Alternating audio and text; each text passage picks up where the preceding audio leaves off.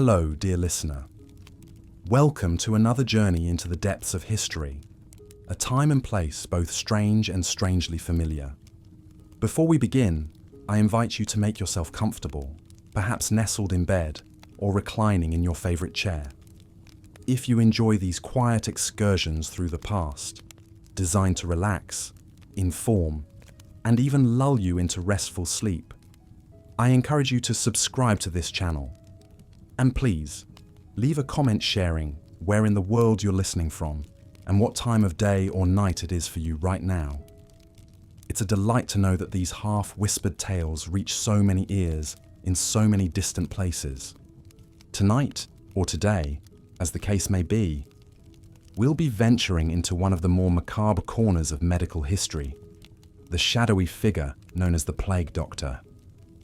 Amid the great plagues that ravaged medieval Europe, this ominous spectre emerged, clad head to toe in black, with a long beak-like mask, a wide-brimmed hat, and a staff to prod and examine the afflicted. The Plague Doctor is an image at once chilling and captivating, a grim symbol of humanity's age-old battle against epidemic disease. But who were these men behind the masks?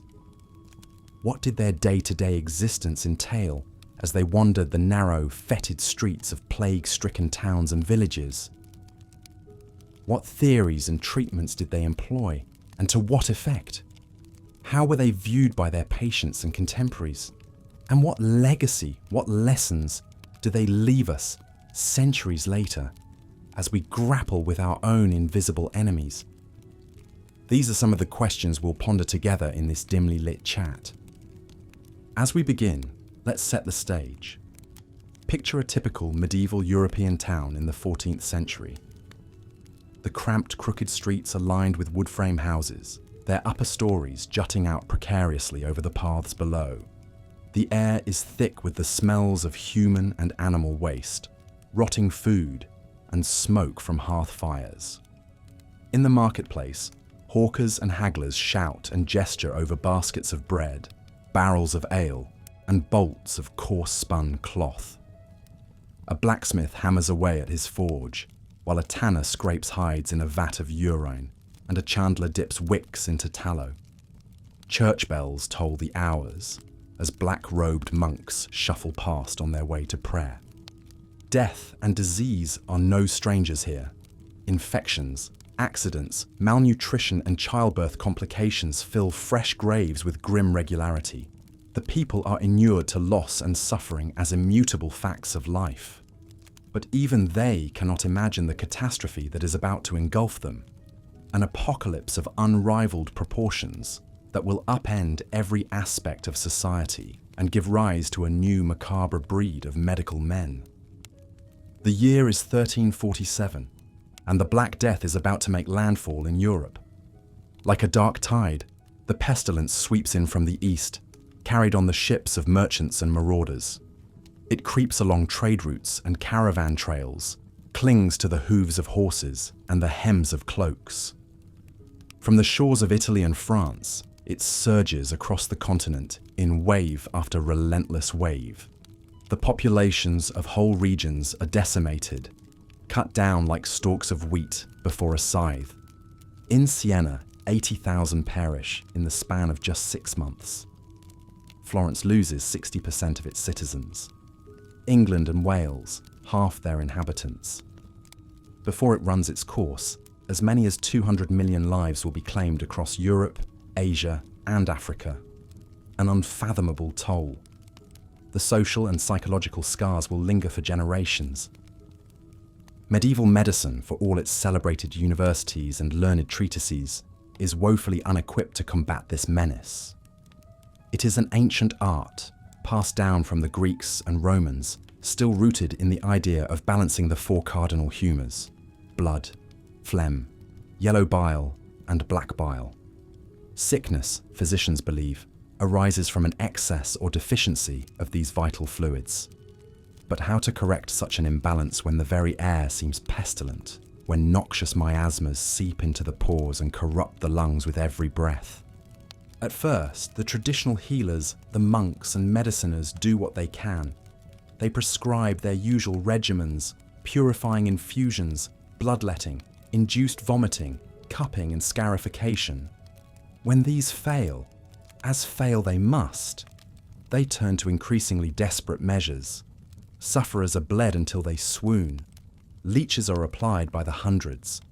Poultices of onion and vinegar, arsenic and mercury are pressed onto weeping buboes. In some towns, great bonfires are lit in the streets to drive out the foul airs, while in others, pigs are led through the alleys in the belief that they will absorb the pestilence, all to no avail. The plague spreads inexorably, leaping from house to house, parish to parish, unhindered by rank or piety or good intentions. King Alfonso XI of Castile succumbs, as does the daughter of the English king, Edward III. In Avignon, the seat of the Pope, over half the cardinals perish. Whole monasteries fall silent as their inhabitants are entombed within. As fear and despair mount, a dark undercurrent of suspicion takes hold. Someone, something, must be to blame for this calamity. Surely it is a punishment from God, a scourging of humanity for its manifold sins. Or perhaps there is a more earthly culprit, a human hand behind the horrors. Rumours circulate of Jews poisoning wells, of lepers and beggars spreading contagion for spite. Pogroms and witch hunts flare up, adding to the unfolding tragedy. Amidst this chaos, the plague doctor makes his first appearance. With the established medical authorities overwhelmed and traditional treatments proving futile, city governments begin hiring these specialized practitioners on short-term contracts to attend to the infected. Many are young physicians just starting their careers, driven by a mix of civic duty, scientific curiosity, and economic desperation. Others are barber surgeons, apothecaries, or even laymen with no medical training at all, lured by the promise of steady pay in a time of upheaval. Perhaps the most famous origin story concerns one Charles Delorme, a 17th century French physician in service to the royal court. Delorme is often credited with inventing the iconic plague doctor outfit, though in truth, similar protective garments had been in use for hundreds of years prior. Nonetheless, his design became the archetype, the one immortalized in countless woodcuts and engravings, and still instantly recognizable today. Picture, if you will, this uncanny figure, clad head to toe in heavy black oilcloth, the fabric stiff and glossy and reeking of wax. Beneath a wide-brimmed leather hat, a mask with glass eye openings, and a long, beak-like protrusion juts out, stuffed with straw, herbs, and spices to filter the air.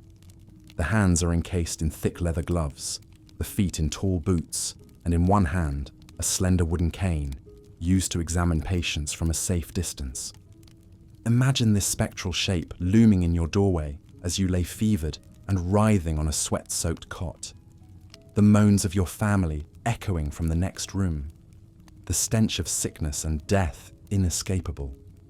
How terrifying and alien he must have appeared, this ominous emissary, as much a symbol of dread as of hope.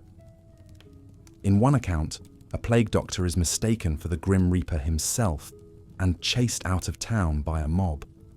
It's not hard to see why. Yet beneath the oilcloth and behind the glass eyes were very human, very frightened men. They were not immune to the pestilence, and they knew it, hence the elaborate precautions. Many did it out of a sense of duty, feeling, as one surgeon wrote, that honor and conscience obliged them to lend their aid to the individuals and the people who had paid for and nourished their studies. Others, less altruistically, were drawn by the promise of generous wages in a destabilized economy. Some plague doctors made small fortunes, charging exorbitant fees to desperate towns. Others took bribes from bereaved families to falsify death certificates, marking the plague's victims as casualties of more mundane illnesses, so they could be given proper burials rather than tossed ignominiously into mass graves. Of course, many paid the ultimate price themselves, succumbing to the contagion and adding their own corpses to the growing piles. So what did a typical day entail for these enigmatic figures? For some, the grim routine began even before dawn, with a visit to the plague pits, those ghastly trenches where the dead were heaped like cordwood. Here, the plague doctor would examine any newly delivered bodies, documenting age, sex, apparent symptoms, and time of death for the city records. He would also oversee the body carriers, the night soil men tasked with hauling away the pestilent remains. Once the sun rose, the doctor would make his rounds, moving from house to house and street to street, his ominous silhouette heralded by the tolling of a bell and cries of, "Bring out your dead!" He would knock at each door with the butt of his cane, calling for the sick to be brought forth. Then, from a safe distance, he would inspect the sufferers, taking note of fever, chills, buboes, blackened extremities. He would consult with whatever family remained, offering prognoses and prescribing treatments. And what treatments they were. Steeped in the ancient Greek notion of balancing the humours, and with only the dimmest understanding of human anatomy, let alone germ theory, the plague doctor's arsenal was a grim collection of folk remedies, superstitions, and what can only be described as sanctioned quackery. Bloodletting by lancet or leeches was a mainstay, thought to remove excess or bad blood. Likewise, purging with laxatives and emetics to void the body of imagined toxins. Buboes were poulticed or lanced, and oozing wounds cauterized with boiling oil or red-hot irons. Other cures were even more outlandish. Mercury and arsenic compounds were prescribed, on the theory that like cures like. Crushed emeralds and pearls were administered as tonics. Potions of ground unicorn horn were sold for exorbitant sums. Plague waters, containing everything from treacle to the pus of dead buboes, were hawked as cure-alls. One concoction, the famous theriac, contained over 60 ingredients including viper flesh, opium and cinnamon, and had to be aged for years like a fine wine. Of course, none of it worked. Or rather, nothing worked consistently or predictably. Some sufferers did recover, whether due to natural immunity, sheer chance, or perhaps the occasional lucky remedy that stumbled upon a legitimate curative property. But the vast majority succumbed, their agonies compounded by the ministrations of their masked attendants. Yet the plague doctors soldiered on, driven by duty, desperation, or delusion. They sustained themselves however they could, some with drink or opium, others with gallows humour or grim fascination at the bodily ravages they witnessed.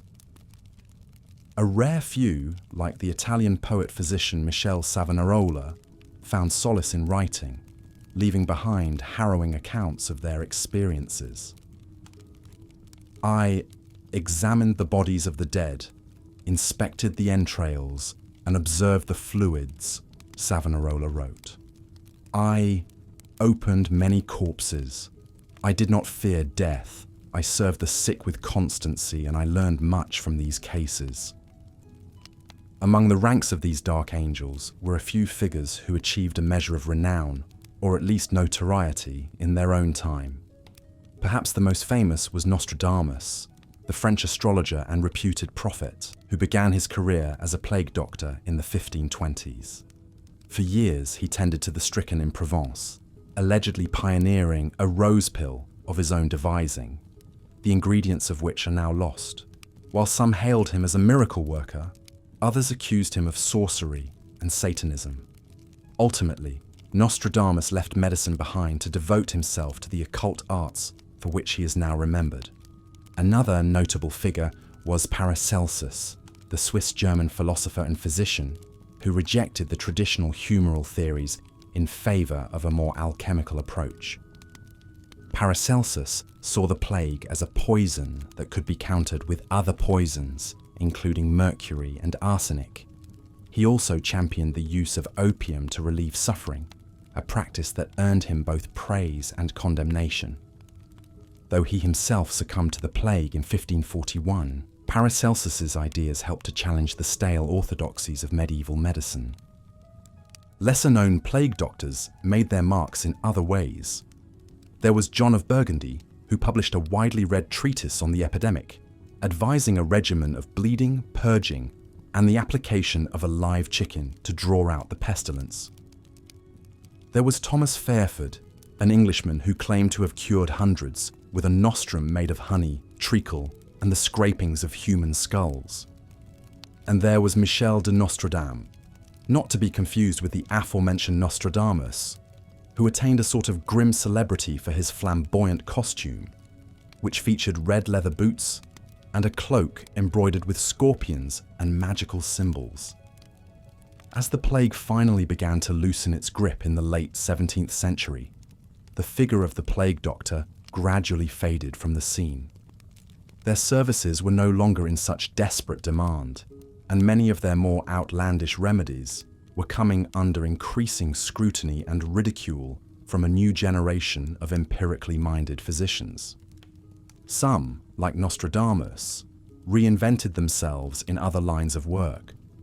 Others simply retired on their earnings or faded into obscurity. But the plague doctor was not to be forgotten. He had seared himself into the popular imagination, becoming a stock character in folklore, literature, and art. In the Danse Macabre and other Memento Mori works, he appeared as a skeletal figure leading the doomed in their final procession. In the drawings of Albrecht Dürer and the woodcuts of Hans Holbein, he loomed as a dark messenger, a spectre of dread and fascination. Writers and poets seized on his eerie mystique as well. Boccaccio featured a plague doctor character in his Decameron, as did Defoe in A Journal of the Plague Year. Edgar Allan Poe invoked the Mask of the Red Death in his famous story. More recently, the video game Assassin's Creed featured a plague doctor villain, while Japanese manga and anime have reimagined the character as a kind of gothic superhero. For all this darkly romantic appeal, it's worth pausing to consider the real human tragedy behind the plague doctor's macabre iconography. These were men confronting a horror of unimaginable scale, armed with little more than pseudoscience, superstition, and a hideous costume. That some acted out of noble self-sacrifice and others out of crass opportunism is perhaps less revealing than the fact that, in the face of such overwhelming calamity, human beings responded with the same mix of altruism and avarice, curiosity and terror, reason and raving that we always have. If there is a lesson to be drawn from the plague doctor's grim visage, perhaps it is simply this: that in times of crisis, people will always grasp for whatever certainty they can, however illusory or ill-conceived.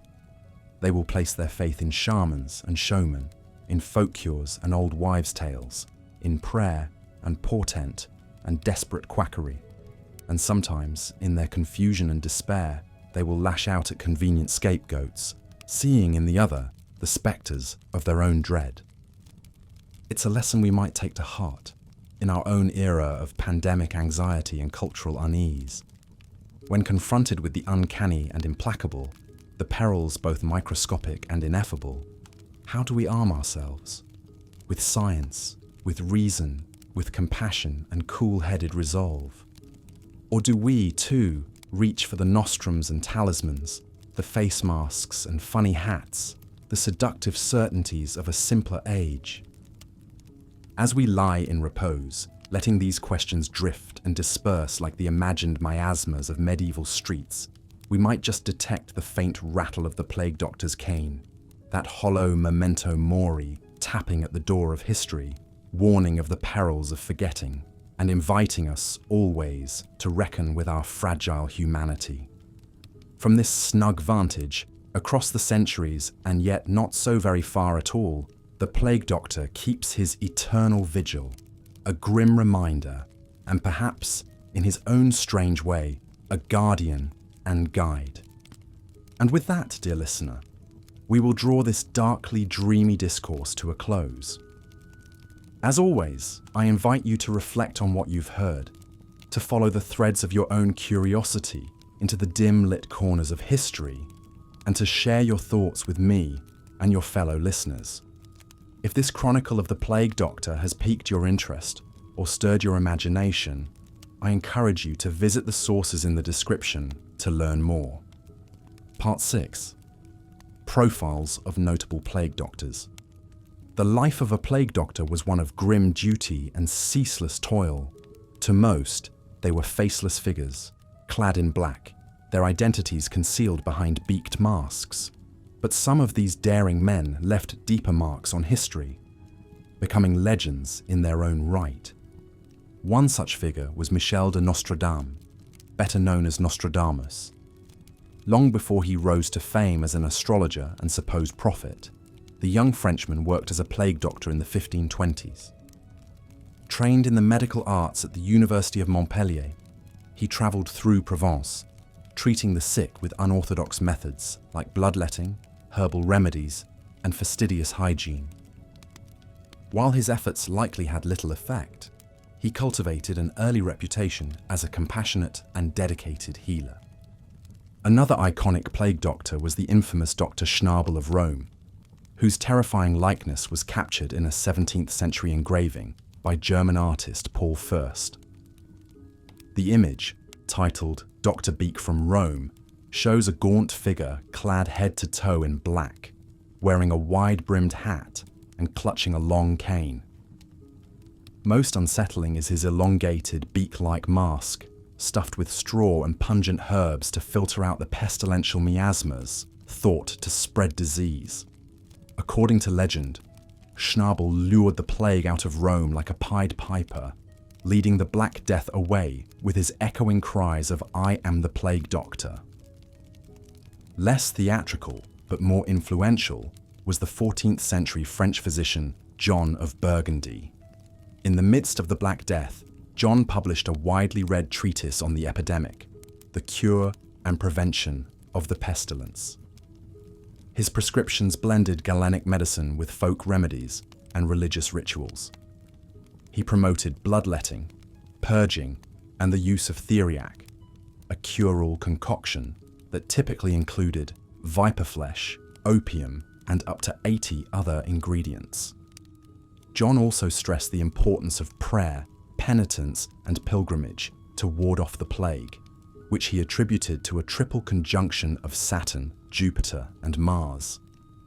While John's remedies had little effect on the implacable bacterium behind the plague, his writings shaped the medieval medical response to the greatest health crisis in European history. These notable plague doctors, from the famous to the forgotten, shared a common purpose: to minister to the sick and dying in times of unspeakable horror. They confronted the Black Death with the limited tools and knowledge of their time, often at great personal risk. Some, like Nostradamus, went on to greater fame in other pursuits. Others, like Dr. Schnabel, became enduring symbols of the plague's terror. And still others, like John of Burgundy, left a lasting mark on medieval medicine, for better or worse. While the efficacy of their treatments was doubtful, their bravery and determination in the face of a pitiless foe remains a testament to the timeless resilience of the human spirit. Part 7. The Plague Doctor in Art and Literature. As the Black Death raced across medieval Europe, it left a grim imprint on the arts and culture of the time. Few images better captured the morbid spirit of the age than the Plague Doctor, with his ominous beaked mask, black robes, and aura of death. This chilling figure soon became a stock character in medieval and Renaissance art, appearing in manuscript illustrations, woodblock prints, and haunting oil paintings. One of the most famous artistic representations of the Plague Doctor can be found in the Danse Macabre, or Dance of Death. This allegorical genre, which emerged in the 15th century, depicts the universality of death, showing skeletons and corpses leading people from all walks of life in a grim procession to the grave.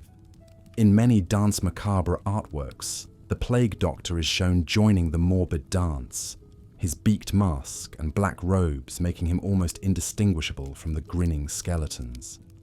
Another iconic plague doctor image appears in Peter Bruegel, the Elder's 1562 painting, The Triumph of Death. This nightmarish vision shows an army of skeletons laying waste to a blighted landscape, slaughtering peasants and nobles alike. In the center of the canvas, a gaunt plague doctor examines a dying man, his beak-like mask giving him the appearance of a monstrous bird of prey. The painting captures the helplessness and despair of a society overwhelmed by death, with the plague doctor as a grim avatar of the age. The plague doctor also stalked the pages of medieval and Renaissance literature. In Giovanni Boccaccio's 1353 masterpiece, The Decameron, a group of young Florentines flee the Black Death by hiding out in a villa and telling each other stories. Several of these tales feature plague doctors, portrayed as either helpless charlatans or heartless profiteers. In one memorable scene, a plague doctor refuses to treat a dying man unless he is paid in advance, only to be tricked out of his fee by the quick-witted victim.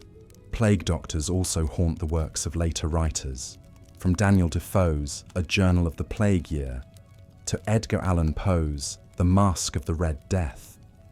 In Defoe's 1722 novel, based on accounts of the 1665 Great Plague of London, the narrator encounters several plague doctors, depicting them as brave but ultimately futile figures, overwhelmed by the sheer scale of the epidemic. In Poe's 1842 short story, a mysterious figure in a mask like the countenance of a stiffened corpse crashes a masquerade ball, bringing the plague to a group of decadent revelers. The imagery evokes the classic plague doctor, a grim reaper in beaked mask and black robes. From the medieval Danse Macabre to the works of Poe, the plague doctor endured as a potent symbol of humanity's helplessness in the face of death. In a world where medicine was powerless against the ravages of plague, this ominous figure represented both hope and despair, a dark angel offering cold comfort to the suffering. Today, the plague doctor remains an iconic image, a chilling reminder of a time when death stalked the streets and no one, from peasant to prince, was safe from its icy grasp. Part 8. The Decline of the Plague Doctor.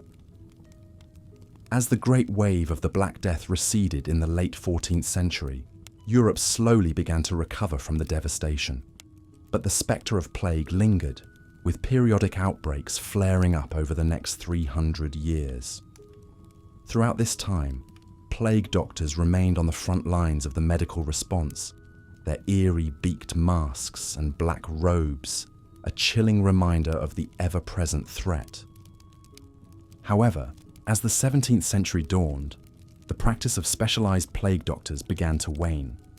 The great pandemics of the medieval period gave way to more localized outbreaks, and many cities no longer felt the need to maintain dedicated plague doctors on the payroll. At the same time, the intellectual winds of the Renaissance and the scientific revolution were sweeping away old ideas about medicine and disease. One key figure in this transition was the Swiss physician Paracelsus, who rejected the ancient Greek theory of the four humours that had long underpinned medieval medicine. Paracelsus argued that diseases had specific causes, rather than being the result of general imbalances in the body. He also promoted the use of chemical remedies and mineral baths, rather than the traditional bloodletting and purging favoured by plague doctors. As these new medical ideas spread, the old ways of the plague doctors came under increasing scrutiny. Many of their treatments, such as applying mercury ointments or inducing vomiting with hellebore, were now seen as ineffective at best and harmful at worst. The plague doctor's signature beak mask, once thought to protect against pestilential miasmas, was now ridiculed as a useless relic of a bygone age.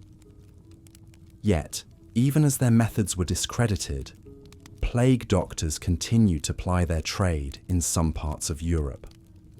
In the 17th and 18th centuries, outbreaks of plague still occasionally struck cities like Marseille, Messina, and Moscow. In these times of crisis, local authorities still turned to the familiar figure of the plague doctor with his beaked mask and black robes to tend to the sick and dying. One of the last known plague doctors was Jean-Jacques Poutot, who served in Marseille during the Great Plague of 1720. Poutot was a distinguished surgeon who had studied under the famed anatomist Guillaume Denouet. When the plague struck Marseille, Poutot donned the traditional plague doctor's garb and worked tirelessly to treat the sick, earning widespread praise for his dedication and skill. However, Poutot's success was the exception rather than the rule. By the late 18th century, the plague doctor had largely faded into history, a relic of a darker time when death stalked the streets and medicine was powerless to stop it.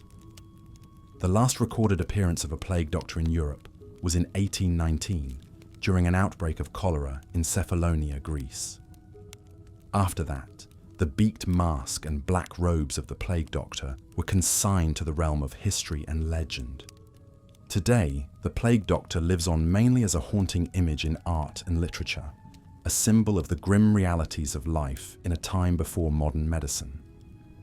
In an age of antibiotics and vaccines, it is hard to imagine the terror and despair that gripped medieval Europe during the Black Death. But the plague doctor remains a chilling reminder of a time when death was always just a breath away and humanity struggled to find hope in the face of an implacable foe. Part 9. Evaluating the plague doctor's legacy. Looking back from the vantage point of the 21st century, it is easy to dismiss the medieval plague doctor as a hopeless quack, peddling futile remedies in the face of an unstoppable disease. And indeed, it is true that many of their treatments, from bloodletting to mercury ointments, did little to stem the tide of the Black Death. Some plague doctors were undoubtedly charlatans or profiteers, exploiting the desperation of a society in crisis for personal gain. Yet to simply write off the plague doctor as a historical curiosity or a cautionary tale would be to miss the deeper significance of their legacy. In a time of unimaginable horror and suffering, these brave men and women stepped forward to confront an enemy that no one understood and few could escape. They did so with little knowledge of the true nature of the disease they faced, armed only with the limited tools and theories of medieval medicine. In this sense, the plague doctor can be seen as a symbol of human resilience and compassion in the face of overwhelming adversity. At a time when many were understandably tempted to flee or hide from the contagion, the plague doctor chose to stay and fight, often at great personal risk. They tended to the sick and dying, offering what comfort and solace they could, even if their treatments were largely ineffective. Moreover, while the plague doctor's methods may have been misguided by modern standards, they represented the best medical knowledge of their time. The theory of the four humours, which held that disease was caused by imbalances in the body's fluids, had been the foundation of Western medicine since the days of Hippocrates. The plague doctor's signature beak mask, stuffed with sweet herbs to filter out bad air, was a logical extension of the prevailing miasma theory of disease. In this light, the plague doctor can be seen as a forerunner of the modern medical professional, bravely confronting the great health crises of their age with the tools and knowledge available to them. Just as today's doctors and nurses have battled COVID-19 with ventilators and experimental vaccines, the plague doctors of old fought the Black Death with leeches and poultices, doing the best they could in the face of a terrifying unknown. Of course, the plague doctor was not a perfect hero. Like all human beings, they were a product of their time, with all the flaws and limitations that entailed. Some undoubtedly used their position for personal enrichment or power, exploiting the suffering of others for their own gain. And their reliance on superstition and folk remedies undoubtedly caused harm to many of their patients. But to focus solely on these flaws would be to miss the larger picture. The plague doctor, for all their faults, represented a glimmer of light in a time of profound darkness. They offered hope and solace to a society in the grip of an existential crisis, providing a reminder that even in the worst of times, human compassion and resilience can endure. Conclusion: lessons from the plague doctor. In the end, perhaps the most enduring legacy of the medieval plague doctor is the lessons they offer for our own time. In an age of global pandemics, climate change, and social upheaval, the spectre of the plague doctor looms large, a reminder of the fragility of human life and the limits of our control over the natural world. Like the plague doctors of old, we too are confronting a terrifying and invisible enemy, armed only with the imperfect tools of our own time. And like them, we have seen the best and worst of human nature in the face of crisis, from acts of selfless heroism to the spread of misinformation and the exploitation of fear for personal or political gain. Yet the story of the plague doctor also offers hope. It reminds us that even in the darkest of times, there are always those who will step forward to serve and protect their fellow human beings. It shows us that progress is possible, even in the face of overwhelming odds, and that the pursuit of knowledge and understanding can light the way through the darkness. Perhaps most importantly, the legacy of the plague doctor reminds us of the enduring power of human compassion and resilience. In a world that can often seem cold and indifferent to our struggles, the plague doctor stands as a symbol of our capacity to care for one another, even in the face of unimaginable suffering and loss. As we confront the great challenges of our own time, we would do well to remember the lessons of the plague doctor, to embrace science and reason, while also recognizing the limits of our knowledge, to act with courage and compassion, even in the face of fear and uncertainty, and to never lose sight of our shared humanity, even in the darkest of times. For in the end, it is this spirit of resilience and compassion that will see us through the trials ahead, just as it sustained our ancestors through the horrors of the Black Death. And as we look back on the haunting figure of the plague doctor, cloaked in black and beaked in mystery, we may find in their example a glimmer of hope for our own uncertain future.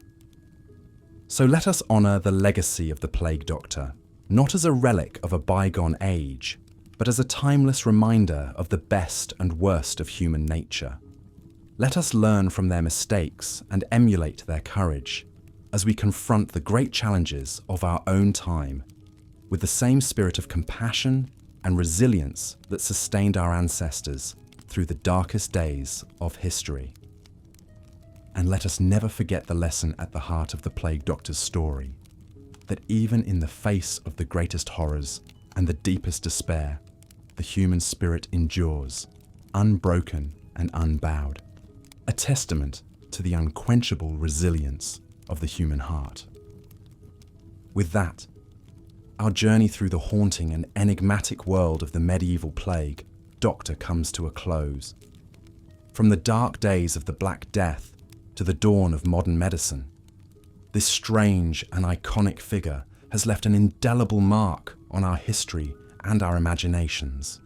May their legacy endure, not as a grim reminder of a bygone age, but as an enduring symbol of the human capacity for courage, compassion, and resilience in the face of the darkest of times. And may their story continue to inspire and enlighten us as we navigate the challenges and uncertainties of our own era with the same spirit of hope and determination that sustained our ancestors through the long centuries of the past. Thank you for joining me on this journey through the pages of history. I hope that this exploration of the life and times of the medieval plague doctor has been both informative and thought-provoking, and that it has shed new light on a figure who has long been shrouded in mystery and legend. Until next time, this is your humble guide to the fascinating world of history, signing off. And remember, even in the darkest of times, there is always hope to be found in the enduring power of the human spirit. Part 6. Profiles of notable plague doctors. Among the ranks of plague doctors, a few intriguing individuals left a mark on history that endures to this day. Perhaps the most famous is Michel de Nostradam, better known as Nostradamus. Long before he achieved renown as an astrologer and prophet, the young Frenchman worked as a plague doctor in the 1520s and 30s. Nostradamus treated hundreds of patients during outbreaks in Montpellier and Aix-en-Provence, displaying a dedication that earned him the respect of locals. He even developed his own treatment called the rose pill, a herbal concoction that some credited with saving lives. Nostradamus's experiences as a plague doctor undoubtedly shaped his later fascination with predicting the future. One wonders how the horrors he witnessed, bloated corpses, weeping sores, maddened sufferers, impressed upon his mind the precariousness of life and the ever-present spectre of death. In his famous prophecies, Nostradamus would go on to foretell numerous world-altering events and cataclysms, from the Great Fire of London to the rise of Hitler. Perhaps his visions of a bleak, pestilence-ravaged future began with the all-too-real nightmares of plague hospitals. Another iconic plague doctor was the enigmatic figure known as Dr. Schnabel of Rome. Though little is known about the real man behind the legend, Dr. Schnabel lives on in a famous 17th century engraving by German artist Paul Fürst. The haunting image shows the plague doctor in his full beaked regalia, looming over a town strewn with the dead and dying. According to folklore, Dr. Schnabel could lure the plague out of a city by permitting it to cling to his waxed leather coat. He would then taunt and mock the disease until it slinked away in humiliation, leaving the town in peace.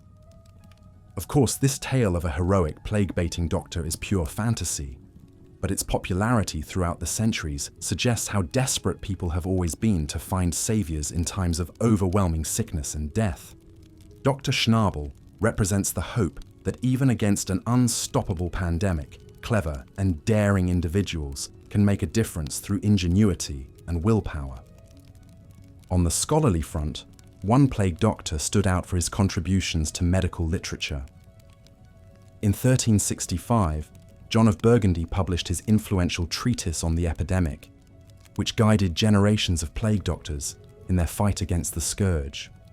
John promoted remedies that were advanced for the time, like bloodletting, purgative medicines, and herbal fumigation. But he also prescribed some rather horrifying treatments, like applying a plaster made from tree frogs, or drinking a brew containing powdered gems and unicorn horns. Most notorious was John's enthusiastic endorsement of theriac, a cure-all concoction brewed from dozens of ingredients, including viper flesh and opium. Theriac had been around since ancient times, but plague doctors like John helped popularize it as a medicine for everything from stomach aches to the Black Death itself. Needless to say, it didn't work, but that didn't stop theriac from remaining a staple of European apothecaries for centuries. Figures like Nostradamus, Dr. Schnabel, and John of Burgundy exemplify the complex legacy of the medieval plague doctor. Men of learning and determination who fought an existential battle armed only with crude tools and pseudoscience. Opportunists and hucksters who profited from panic and gullibility with macabre flair. Symbols of both selfless sacrifice and the dangers of unchecked quackery.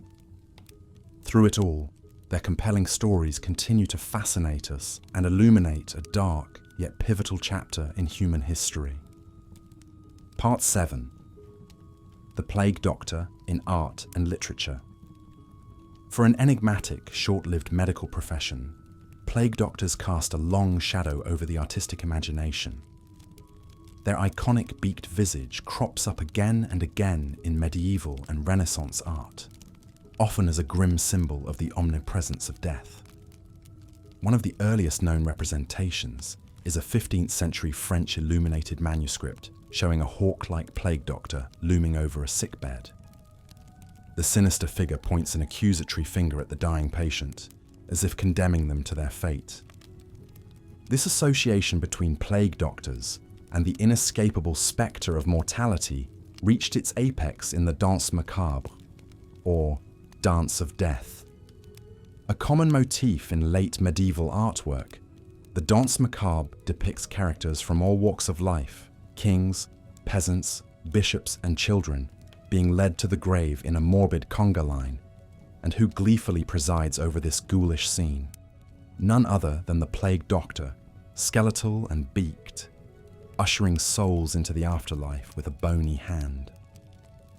Plague doctors also haunted the edges of Renaissance masterpieces like Peter Bruegel's famous painting, The Triumph of Death.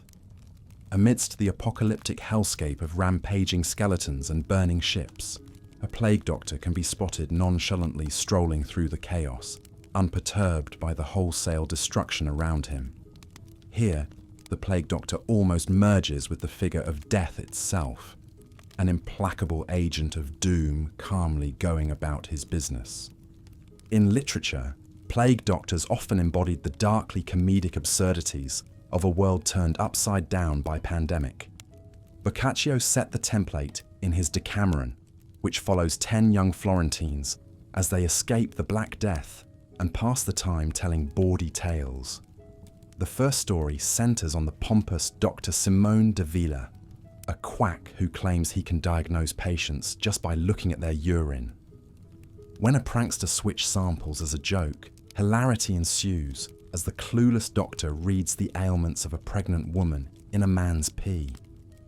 Other writers deployed plague doctors as more tragic figures, like Daniel Defoe in his pioneering novel, A Journal of the Plague Year. Though not a central character, Defoe's fictional physician Dr. Heath somberly dispenses advice and attends to the mounting dead with stoic resolve. He represents the futility of human efforts against an indomitable plague, but also the necessity of perseverance in the face of hopelessness. The image of the plague doctor reached its most romantic and macabre zenith in the works of Edgar Allan Poe.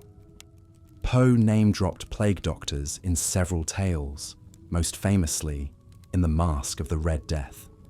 In this story, Prince Prospero and his nobles attempt to seal themselves off from a hideous pestilence in a Gothic abbey.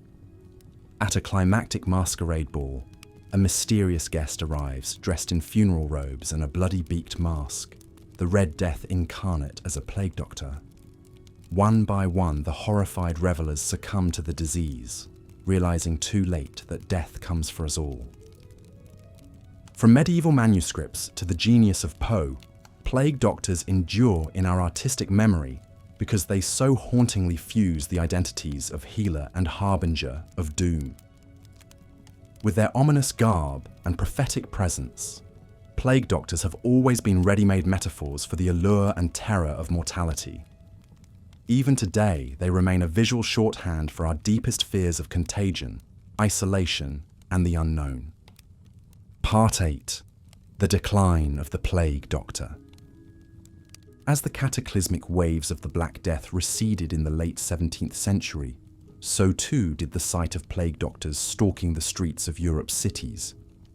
The practice of contracting specialized physicians to treat plague victims faded as major outbreaks became more infrequent and advances in sanitation gradually reduced the severity of the disease. By the dawn of the Enlightenment, plague doctors had largely vanished from the medical landscape, relegated to the realm of memory and myth. Several factors contributed to the decline of the plague doctor. One was simply a drop in demand as the plague itself became less of an existential threat. Bubonic plague remained a deadly problem well into the 19th century, particularly in Eastern Europe and the Ottoman Empire. But it no longer triggered the same level of all-encompassing panic and social breakdown that had defined the medieval experience.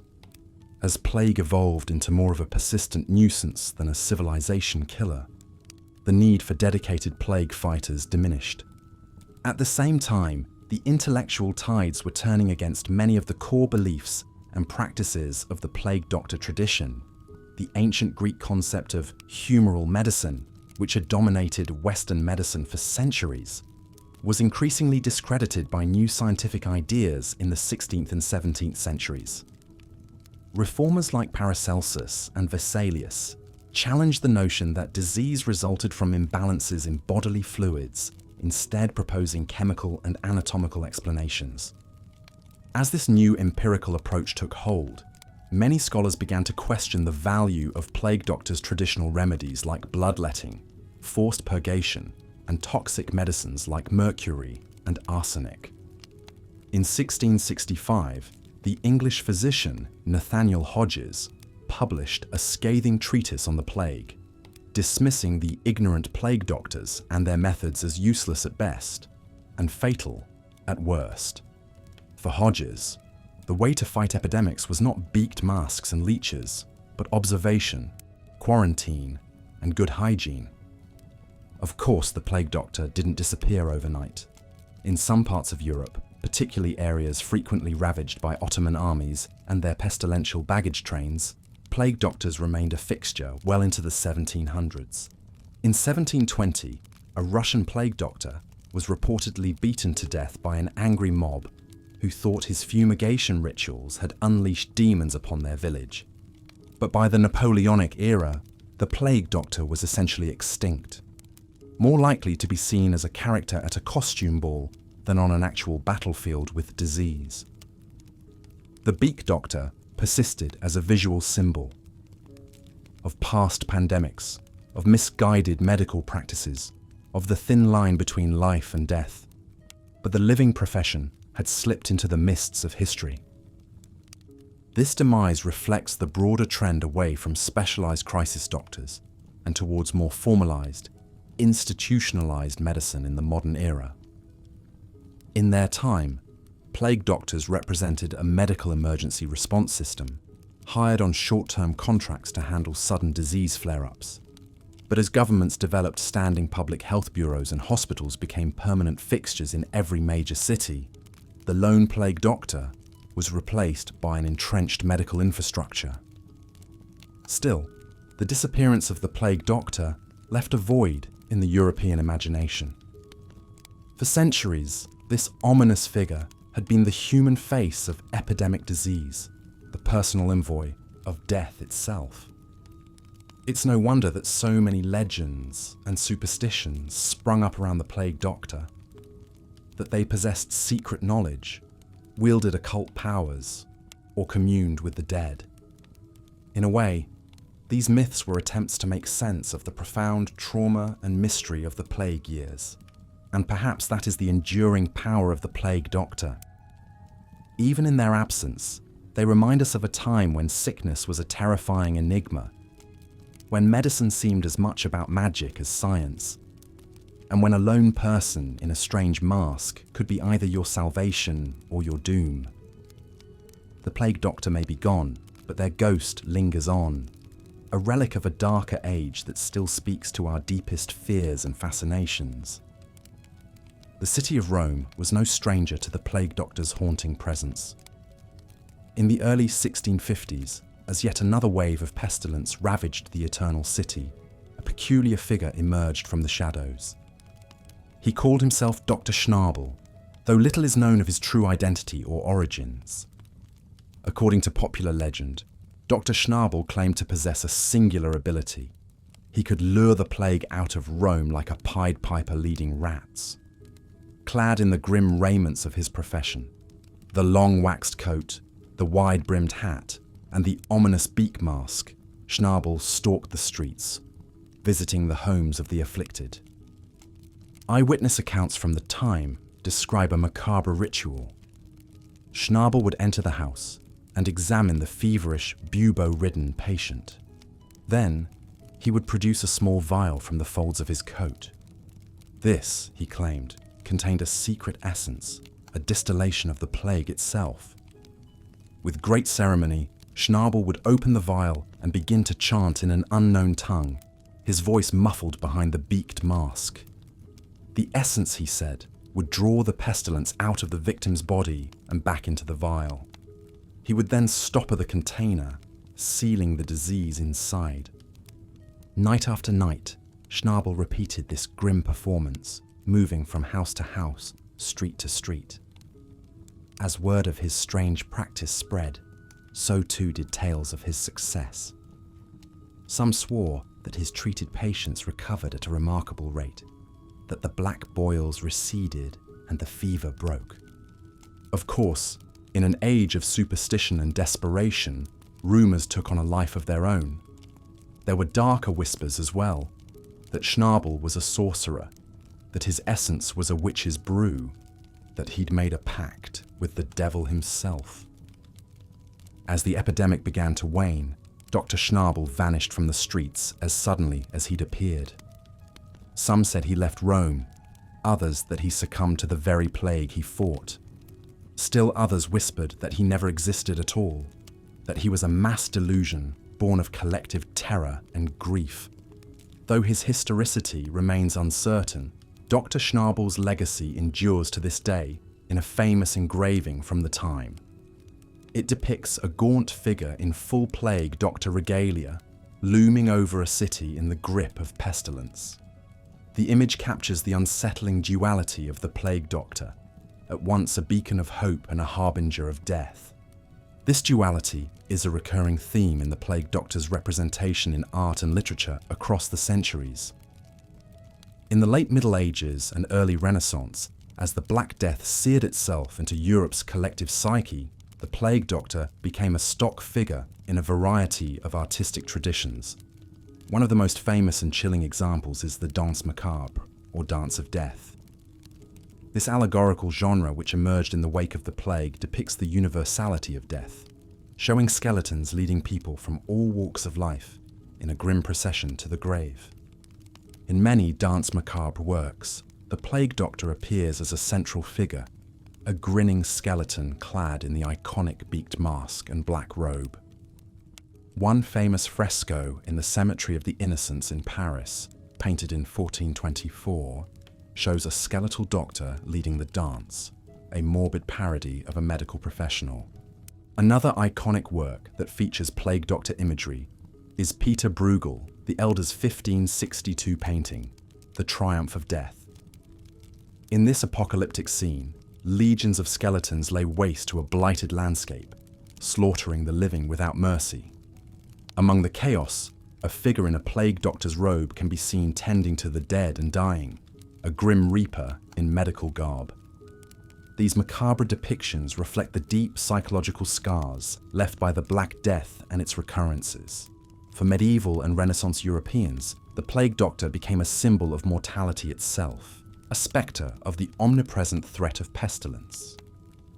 This symbolism carried over into literature as well. In the 14th century, Italian author Giovanni Boccaccio wrote The Decameron, a collection of tales set against the backdrop of the Black Death. In one story, a group of young nobles fleeing plague-ridden Florence encounter a mysterious figure in a black cloak and mask, a clear allusion to the plague doctor. Centuries later, the plague doctor would resurface in the works of Gothic and horror writers. Edgar Allan Poe's 1842 short story, The Mask of the Red Death, features a sinister figure in a funeral shroud and corpse-like mask, an embodiment of the plague itself. While not explicitly a plague doctor, the character draws on the same iconography of death and disease. In more recent times, the plague doctor has been reimagined in everything from steampunk novels to video games, a testament to the enduring power of this macabre symbol. Even in an age of modern medicine, the image of the beaked mask and black robe continues to evoke a primal fear, a reminder of our vulnerability in the face of pandemic. But as the Black Death receded into history and new theories of disease emerged, the practice of the plague doctor began to decline. By the 17th century, the medieval humoral theories that underpinned their treatments were increasingly challenged by new schools of thought. The Swiss physician Paracelsus, considered one of the fathers of toxicology, rejected the idea that disease was caused by an imbalance of bodily fluids. Instead, he proposed that illnesses had specific external causes, paving the way for modern germ theory. Under this new paradigm, the plague doctor's arsenal of bloodletting, purging, and toxic mercury treatments seemed increasingly archaic and ineffective. As outbreaks became less frequent and less severe, the need for specialized plague doctors diminished. By the 18th century, the plague doctor was largely a figure of the past, a relic of a darker age. Some isolated cases of plague doctors being deployed still occurred, particularly in Eastern Europe and Russia, but these were increasingly rare. One of the last recorded instances of a plague doctor in action was during the 1770 to 1772 Moscow plague epidemic. The Russian Empress Catherine the Great, desperate to contain the outbreak, ordered a team of plague doctors to the city to treat the sick and enforce quarantines. But even in this late case, the effectiveness of the plague doctors was limited. Contemporary accounts suggest that many were poorly trained and equipped, and some may have even contributed to spreading the disease through improper handling of patients and bodies. As the Age of Enlightenment gave way to the modern era, the plague doctor faded into the mists of history. Their legacy, however, endured, not as a model of medical efficacy, but as a powerful symbol of human resilience and fallibility in the face of unimaginable catastrophe. Looking back from the vantage point of the 21st century, it's easy to dismiss the plague doctor as a tragic figure, a misguided purveyor of pseudoscience and superstition. And indeed, many of their practices undoubtedly caused more harm than good, inflicting additional suffering on already traumatized patients. Yet at the same time, there is something undeniably noble in the plague doctor's willingness to confront an existential threat head-on, to wade into the epicenter of a crisis armed with little more than faith, folklore, and a sense of duty. In an age when even the causes of disease were shrouded in mystery, these individuals put themselves at immense personal risk in the service of their fellow citizens. In that sense, the plague doctor's story is a very human one, a tale of ordinary people thrust into extraordinary circumstances, struggling to make sense of the senseless, to find order in chaos. Their methods may have been flawed, but their intentions were often admirable, and in their enduring symbolism, the beaked mask, the black robe, the aura of morbid mystery, the plague doctors left an indelible mark on Western culture. They came to represent not just the horrors of disease, but the eternal human struggle against the unknown and the unknowable. It's a struggle that continues to this day. As the COVID-19 pandemic has so vividly demonstrated, we are not so far removed from our medieval ancestors as we might like to believe. We too have grappled with the suddenness of pestilence, the social and economic upheaval, the feelings of helplessness and despair. And like the citizens of the 14th century Florence or the 17th century Rome, we have turned to our doctors and nurses as beacons of hope in the darkness. We've seen them suited up in protective gear, risking their lives on the front lines of an invisible war. In their courage and dedication, we catch a glimpse of the same spirit that animated the plague doctors of old. Of course, our modern medical heroes are armed with science rather than superstition, with ventilators and vaccines rather than bloodletting and beak masks. But the essential human drama remains the same: the struggle to preserve life and dignity in the face of overwhelming odds. In that sense, the story of the plague doctor is not just a morbid curiosity from a bygone age. It's a mirror held up to our own time, a reminder of the fragility of life and the enduring power of the human spirit. As we look back across the centuries, we can see in the plague doctor a reflection of our own fears and hopes, our own strengths and weaknesses. And in their haunting, iconic image, we find a symbol of the indomitable will to persevere, even in the darkest of times. So perhaps the true legacy of the plague doctor is not found in the annals of medical history, but in the resilience of the human heart. In the face of unimaginable horror, these strange, brave figures stood their ground, offering what comfort and hope they could. And in doing so, they etched themselves forever into the collective imagination, a testament to the unyielding spirit that has carried humanity through its darkest hours. As we navigate the uncertainties of our own time, we could do worse than to remember the plague doctor's example. Not as a model of medical best practices, certainly, but as an emblem of the courage and compassion that shines through in moments of crisis. For as long as there is breath in our lungs and love in our hearts, we will continue to face down the spectres of disease and despair, just as the plague doctors did centuries ago. And in that defiant act of hope, we keep alive the flame of human resilience that has burned through the ages, a light that no darkness can extinguish. So let us honour the memory of the plague doctors, not with unthinking veneration, but with clear-eyed understanding. Let us learn from their mistakes, but also from their bravery. And let us carry forward their legacy, not as a relic of a distant past, but as a living testament to the enduring strength of the human spirit.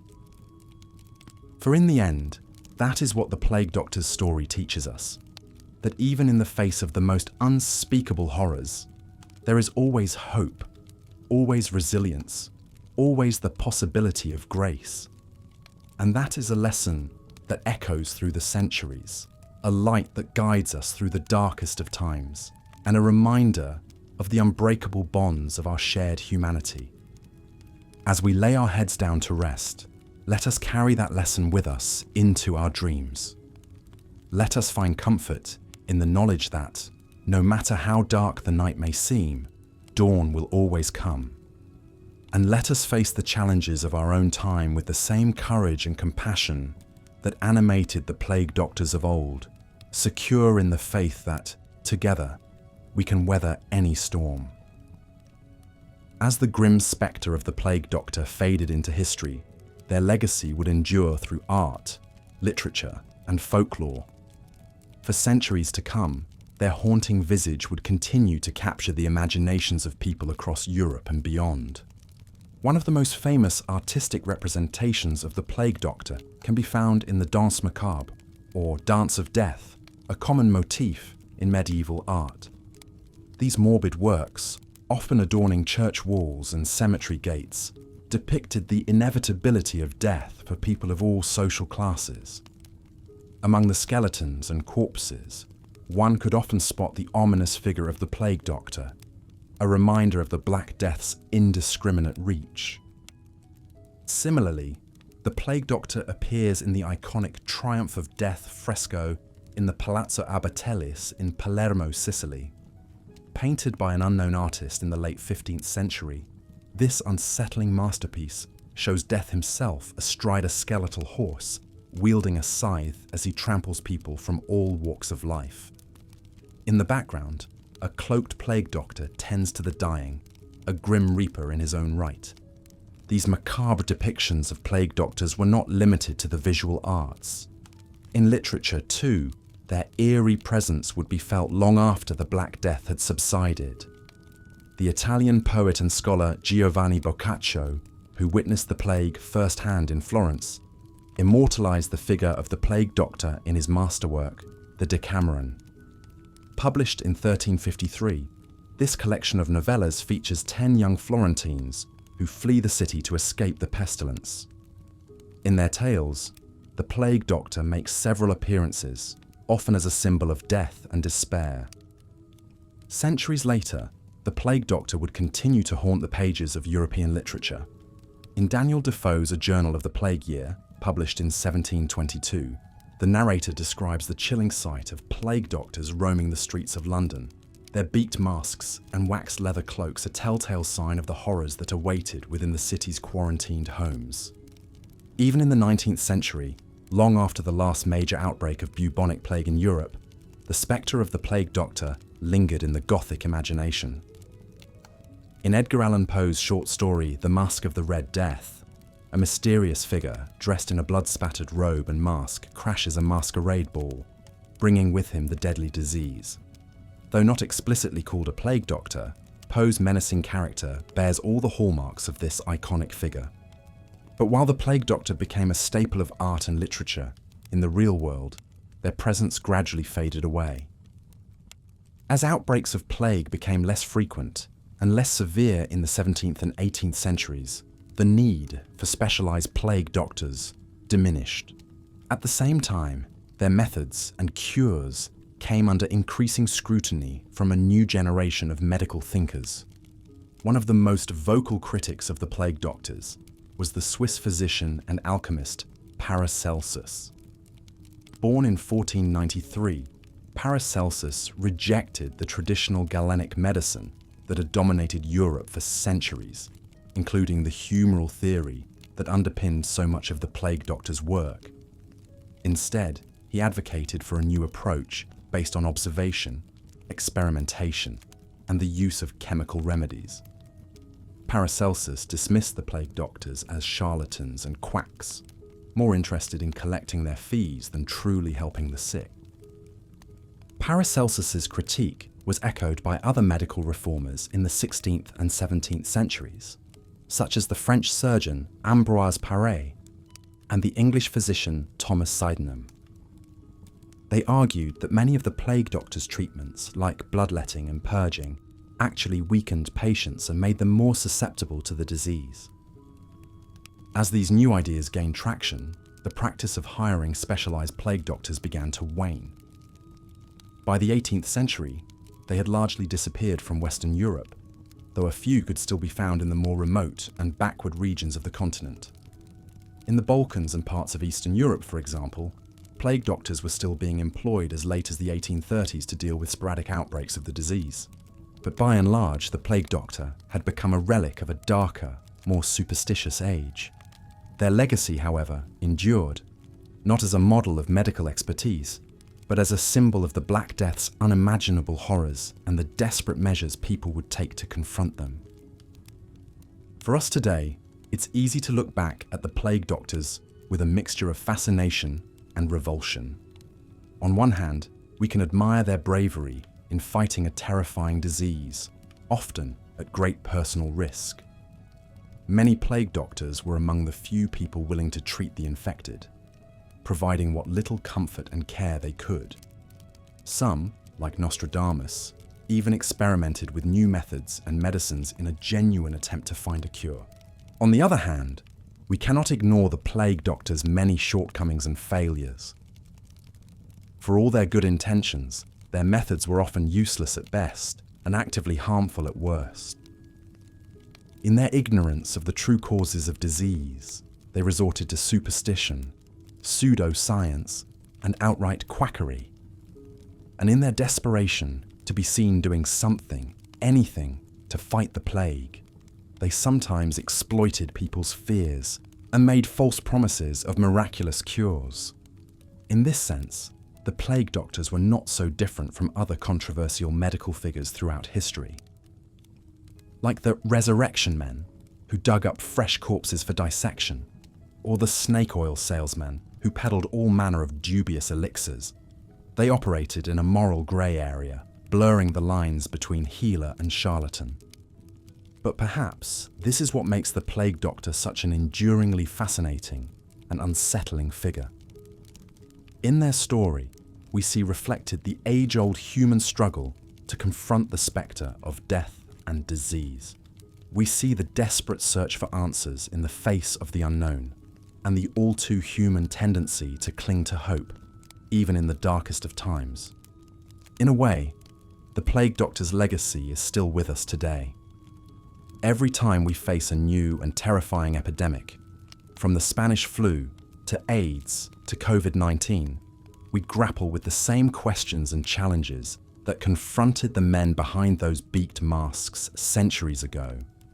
We too must navigate the uncharted waters of a global health crisis, balancing science and superstition, reason and fear, personal risk and public duty.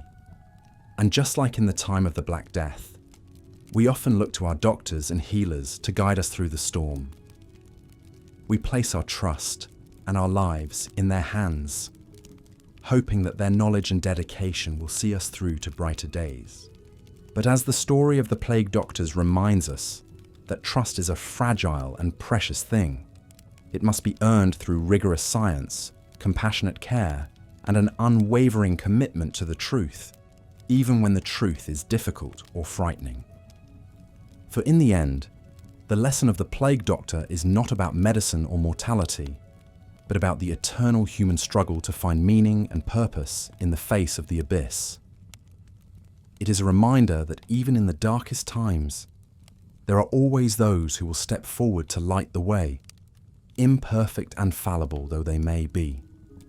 And so we remember the plague doctors not as heroes or villains, but as something much more complex and much more human. They were people who confronted the unimaginable with whatever tools and knowledge they had, driven by a sense of duty, compassion, and perhaps a touch of morbid curiosity. In their haunting visage, we see a reflection of ourselves, our fears and our hopes, our weaknesses and our strengths. And in their story, we find a strange and somber comfort, knowing that even in the face of the greatest horrors, the human spirit endures, ever searching for the light amid the darkness. So let us honor the memory of the plague doctors, not with unthinking reverence, but with clear-eyed understanding. Let us learn from their mistakes and their triumphs, their science and their superstition. And let us carry their legacy forward as we face the challenges and uncertainties of our own time with courage, compassion, and an unshakable commitment to the truth.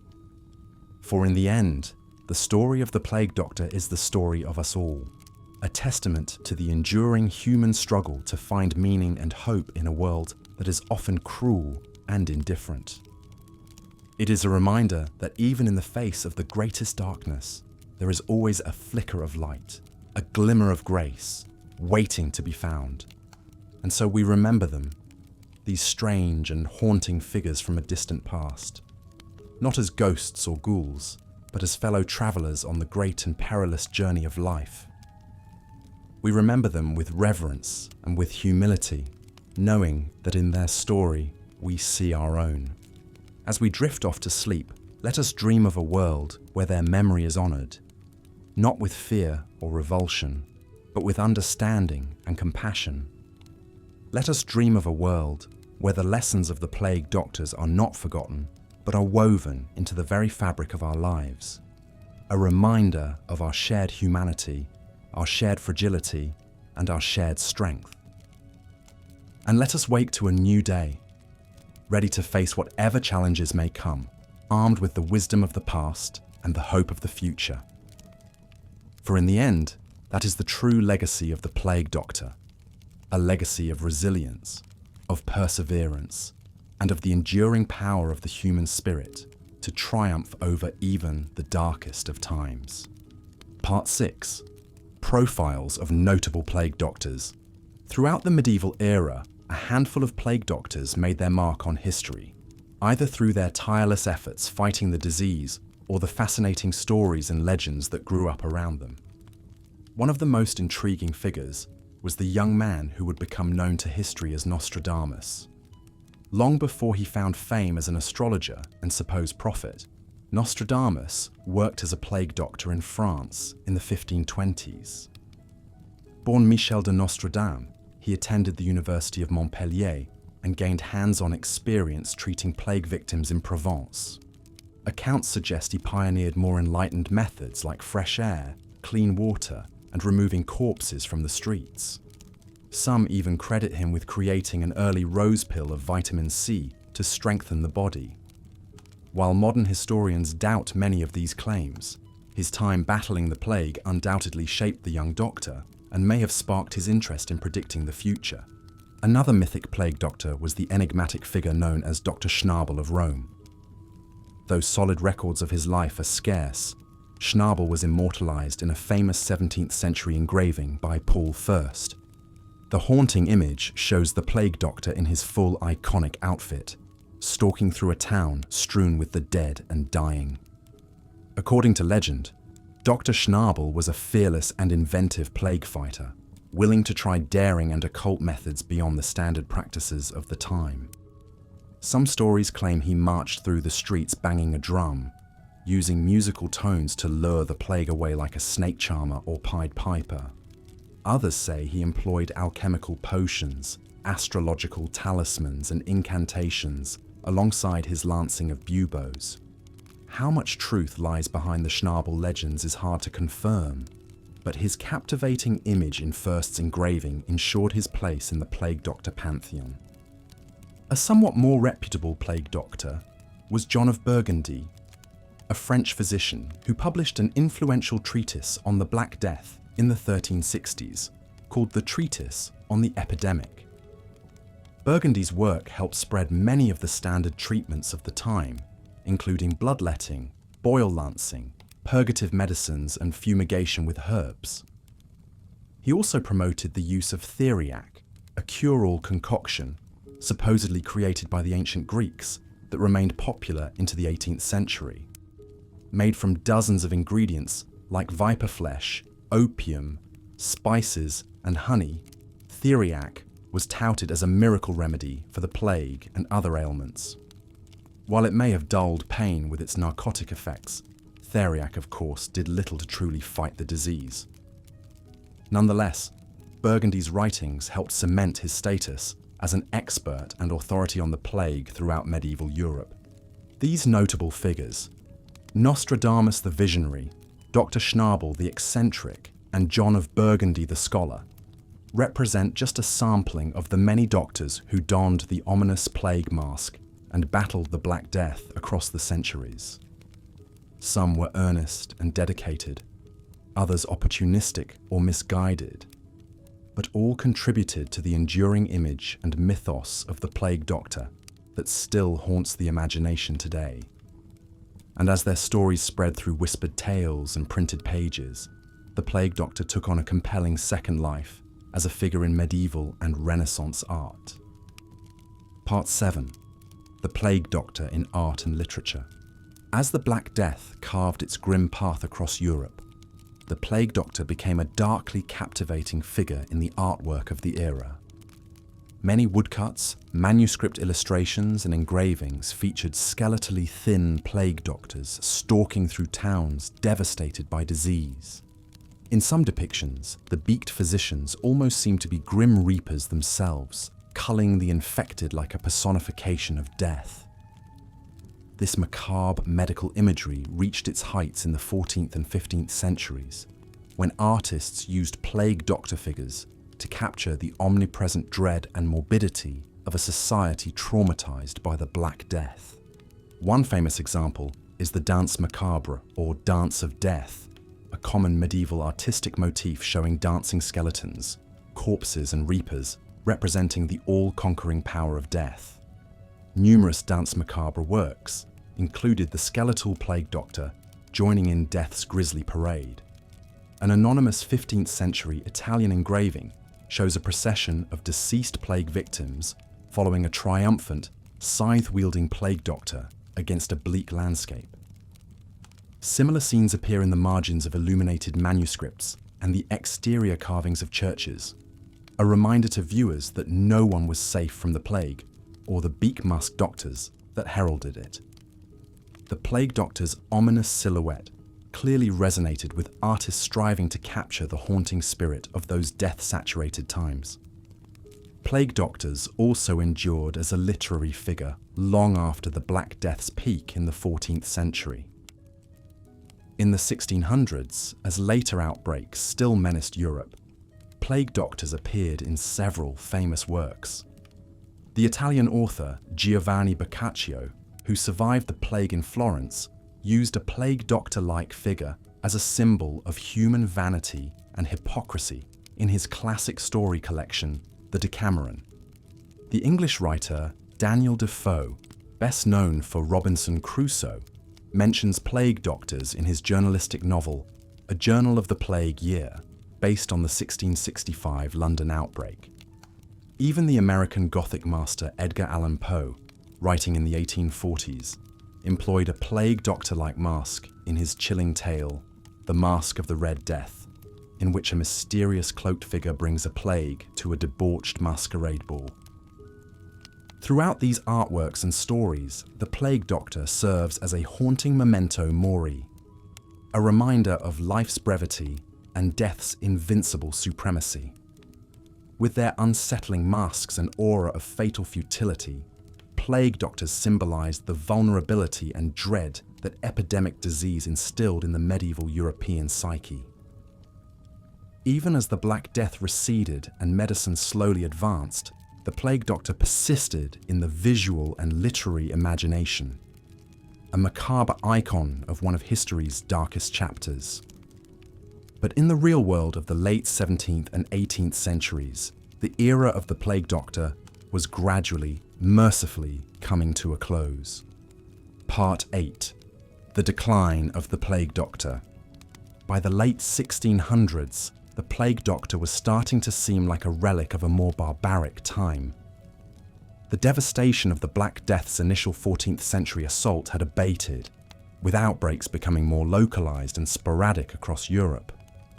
At the same time, new medical philosophies and scientific approaches were slowly starting to challenge medieval dogmas about disease. Leaders and scholars increasingly looked upon the old plague doctor ways as ineffective at best and harmful quackery at worst. One influential critic of plague doctors was the Swiss-German physician Paracelsus, often considered the father of toxicology. In the 16th century, he scoffed at the convoluted potions and superstitious methods of many plague doctors, famously declaring that the patients are not helped by all these things, no more than a cow is helped by a new door. Others lambasted plague doctors' reliance on bloodletting, induced vomiting and lancing boils, which likely only worsened suffering without curing anything. The gradual growth of anatomical study, chemical experiments and empirical observation in the 1500s and 1600s led doctors to question the ancient Greek humoral theories that underpinned plague medicine. Authorities also grew tired of the high fees charged by roving plague doctors with dubious credentials. By 1650, most major cities ceased hiring special plague doctors on lucrative contracts, shifting that role to established municipal and royal physicians. The elaborate, expensive outfits worn by plague doctors started to disappear as an extravagance that offered more psychological comfort than real protection. Doctors increasingly emphasized quarantine, sanitation, and safer treatments like soothing syrups and poultices rather than toxic purgatives. The beak-masked wanderers of the medieval plague era faded away. Not that epidemic outbreaks ended altogether. Bubonic plague remained a deadly fact of life in many regions into the 19th century, especially in Eastern Europe and the Ottoman Empire. Major outbreaks still terrorized Seville, Marseille, and Moscow as late as the 1770s. In these later eras, a dwindling few plague doctors still plied their trade in modified garb. A Flemish engraving from 1656 shows one with a snout-like mask and a long leather cape. An 1819 Nuremberg document describes plague surgeons in wide-brimmed hats, goggles, and beak-nosed masks attending an outbreak in Ottoman lands. But by this time, the plague doctor was clearly more of an unsettling curiosity than a prevalent profession. As the Age of Enlightenment dawned and modern medicine developed, the old ways of the plague doctor slipped into the shadows of history. Their leather-cloaked forms and eerie masks largely vanished from the streets of Europe, relegated to the pages of storybooks and the nightmarish collective memory of the medieval world. But even as the living profession died out, the plague doctor persisted as a symbol, a chilling reminder of darker times when death walked openly among us. Their legacy remains as complex and layered as the mysterious potions and talismans they once carried from sickbed to mass grave. Part 9. Evaluating the plague doctor's legacy. Looking back from our modern medical vantage point, it's easy to dismiss the medieval plague doctor as a useless relic at best and a harmful fraud at worst. And to be sure, many of their methods, from bloodletting to mercury salves, likely caused far more suffering than healing. Desperate patients subjected themselves to all manner of gruesome and pointless treatments in the futile hope of cheating a deadly disease. Medical science was centuries from truly understanding. Yet one can also see the plague doctor, especially in those first apocalyptic waves of the Black Death, as a strangely noble figure doing what little they could in the face of unimaginable horror. Many were brave volunteers and low-ranking surgeons, risking their lives for civic duty, not just greedy charlatans or spotlight-seeking plague influencers. Some sources suggest the mortality rate for plague doctors was as high as 65%. It's unlikely their eerie outfits offered much real protection, beyond some vague sense of psychological distance. They lived with the constant terror of catching the pestilence themselves, and often did. Like many crisis profiteers across history, plague doctors occupied a morally murky realm between service and exploitation. The best of them acted from a sincere desire to tend the sick and conduct the difficult duties others shunned, like examining corpses and tracking the plague's spread. The worst were little better than resurrection men, looting the dead, or snake oil hucksters peddling false hope. Most plague doctors existed in the grey middle, scrambling to help as best they could while making a living from the only booming industry in a collapsing society. Were they courageous heroes or callous opportunists, genuine healers or costume frauds? The unsatisfying yet oddly fitting answer is yes. More than perhaps any other medical figure, the plague doctor symbolized the impotence and desperation of a humanity confronted by horrors beyond its control or comprehension. Despite all their education, experience, and arcane experiments, they could do virtually nothing to slow the relentless reaping of the plague. In an age of faith, even prayer seemed useless against such apocalyptic decimation.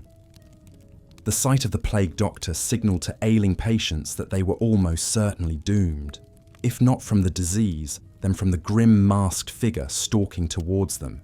It's no wonder they endure as such a chilling spectre in our collective nightmares. Yet the plague doctors, in all their futility and strangeness, also embodied the undying human urge to confront our darkest fears and fight on against even the bleakest odds. They may have been wading into a battle they were certain to lose, with weapons almost as likely to harm as to heal. But wade in they did, with the same mixture of courage, persistence, and mortality, defying self-delusion that has inspired healers in every pandemic before and since. We may rightly condemn their methods while acknowledging the humanity behind them. The best plague doctors let themselves believe that donning that ominous outfit and marching into the miasmas might save a precious few lives, or at least console the dying. Sometimes the most meaningful medicine is the kind that dares to hope when hope seems lost. That complex legacy of failure and resilience, desperation and resolve, is what makes the plague doctor such an enduring and strangely compelling figure today. It's the same dark fascination that draws us to the frontline nurses and doctors of our modern pandemic times, their faces concealed behind the PPE that has become our era's emblematic medical mask. The plague doctor reminds us of our own harrowing capacity for blindness and delusion in the midst of raging pestilence, and our stubborn, inspiring refusal to surrender to the void. They are at once a memento mori of life's precarity and a symbol of humanity's tenacity. Conclusion: lessons from the plague doctor. In the end, perhaps the plague doctor endures because they remind us of our own modern selves, separated from the miasmic mysteries of the medieval world, yet still enthralled and terrified by the primal power of pandemic. Staring into the empty glass eyes of that beaked mask, we see reflected our own desperate scramble to combat COVID-19 and our own fitful progress against the invisible enemies that have stalked us since time immemorial. The differences in medical knowledge and technology, vast as they are, seem to collapse in the face of the eternal human realities of transmissible disease. The plague doctor's legacy whispers the same lesson our own pandemic has shouted anew: that despite all our scientific advances and elaborate social constructs, we remain far more vulnerable than we like to admit. That our bodies and our societies can unravel with startling speed when a malevolent microbe appears. That our vaunted knowledge is always a step behind nature's most devilish curveballs. The plague is the ultimate humbler. As one modern virologist put it, it reminds us, like the plague doctor's looming silhouette, of how little control we truly have. And yet, the plague doctor also symbolizes our indomitable capacity to fight on, however clumsily and imperfectly, against enemies we barely understand. They embodied the very human blend of fear and duty, superstition and science, helplessness and resolve that has marked medicine's eternal wrestle with infectious disease. From their flawed yet valiant efforts, we can draw inspiration to confront our own microbial nemeses with the same courage and persistence, even as we strive to avoid their worst mistakes. If the plague doctor was a symbol of medieval ignorance and suffering, they are also an icon of timeless human resilience and compassion. 500 years after the last plague doctor hung up their mask, we grapple with the same challenges that dogged them: the race for cures and containment, the arguments over lockdowns and liberty, the desperate improvisation and self-sacrificing service of doctors on harrowing front lines. Now as then, we are reminded that medicine, for all its technological triumphs, remains a deeply human endeavor bound up with culture and emotion as much as reason and science. Healers, then and now, are only as effective as the tools and theories available to them, and only as wise as the frightened, fragile societies they serve. So let us remember the plague doctor in all their haunting ambiguity, as a cautionary tale and an inspiration, an avatar of fatal ignorance and noble sacrifice, a mirror of our own halting struggle against the microscopic forces that have shaped human history more than any king or conqueror. They are a memento mori of life's tragic fragility in the face of untamable nature, and an icon of our stubborn refusal to submit to that cruel calculus. Most of all, they are an eternal reminder that even in our darkest, most diseased and death-haunted nights, there will always be those who take up the mask and dare to venture out to meet the pestilence head-on. As they did, so must we all. Part 6. Profiles of notable plague doctors. In the annals of history, a few plague doctors stand out for their unique stories and contributions during times of unimaginable crisis. One such figure was Michel de Nostradame, better known to the world as Nostradamus. Long before he gained renown as an astrologer and supposed seer, the young Frenchman worked as a plague doctor in the 1520s and 30s. Fresh from completing his medical studies at the University of Montpellier, Nostradamus began treating victims of the bubonic plague, first in his hometown of Saint-Rémy-de-Provence, then in surrounding towns like Marseille and Aix-en-Provence. He threw himself into the fight against the dreaded pestilence, working tirelessly to heal the sick and comfort the dying. Rather than relying solely on the traditional treatments of bloodletting and purgatives, Nostradamus employed novel methods like promoting cleanliness, fresh air, and clean water. He formulated his own herbal remedies, including the famous rose pill, which contains such ingredients as rose hips, cypress, iris, and sawdust from green wood. While the efficacy of these concoctions is certainly questionable by modern standards, his tireless efforts and compassion were much appreciated by the communities he served. Local officials lauded him for his dedication, and he managed to survive the plague outbreaks himself, a testament to his knowledge of contagion prevention. Yet the constant spectre of death and suffering undoubtedly took a psychological toll. In his later writings, there is a pervasive sense of melancholy and dark fascination with the occult and apocalyptic visions.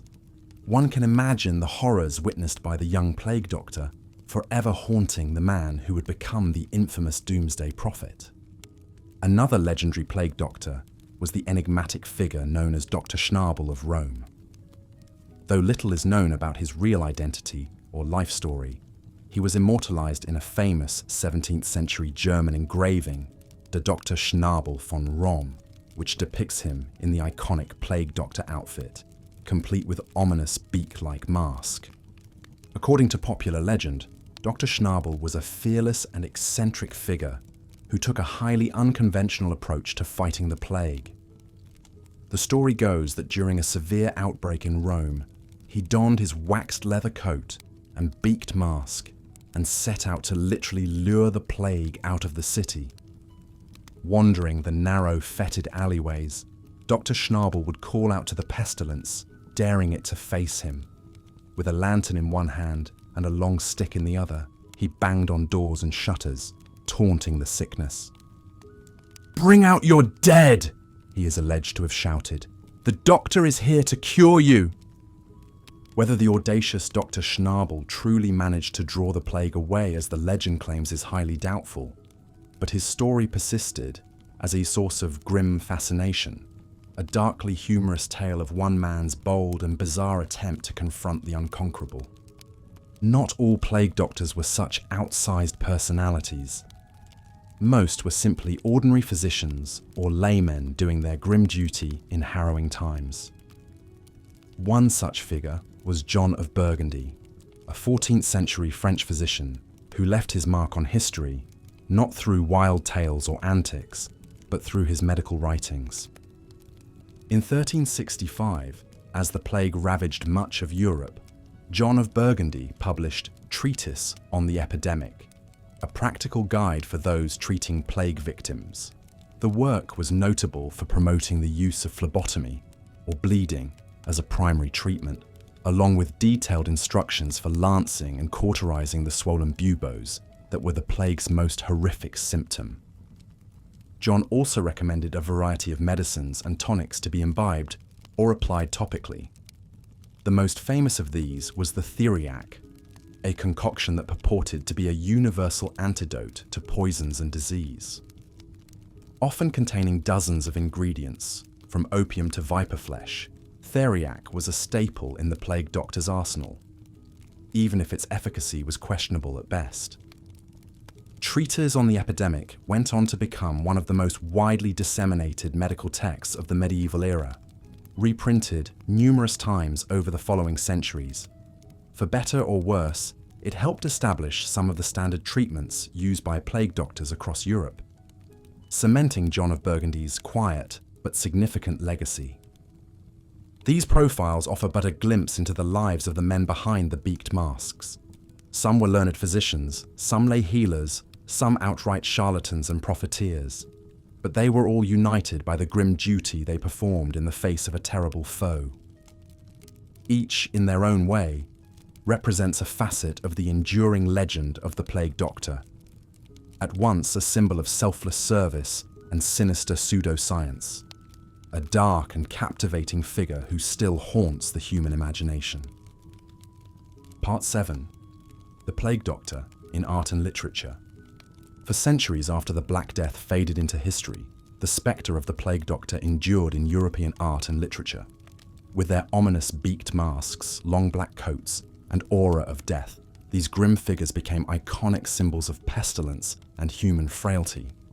In the world of visual art, plague doctors frequently appeared as dark, haunting presences in scenes of suffering and lamentation.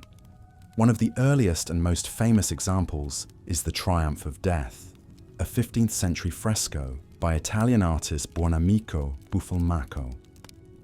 Painted on the walls of the Camposanto Monumentale cemetery in Pisa, the unsettling work depicts the devastating impact of the Black Death.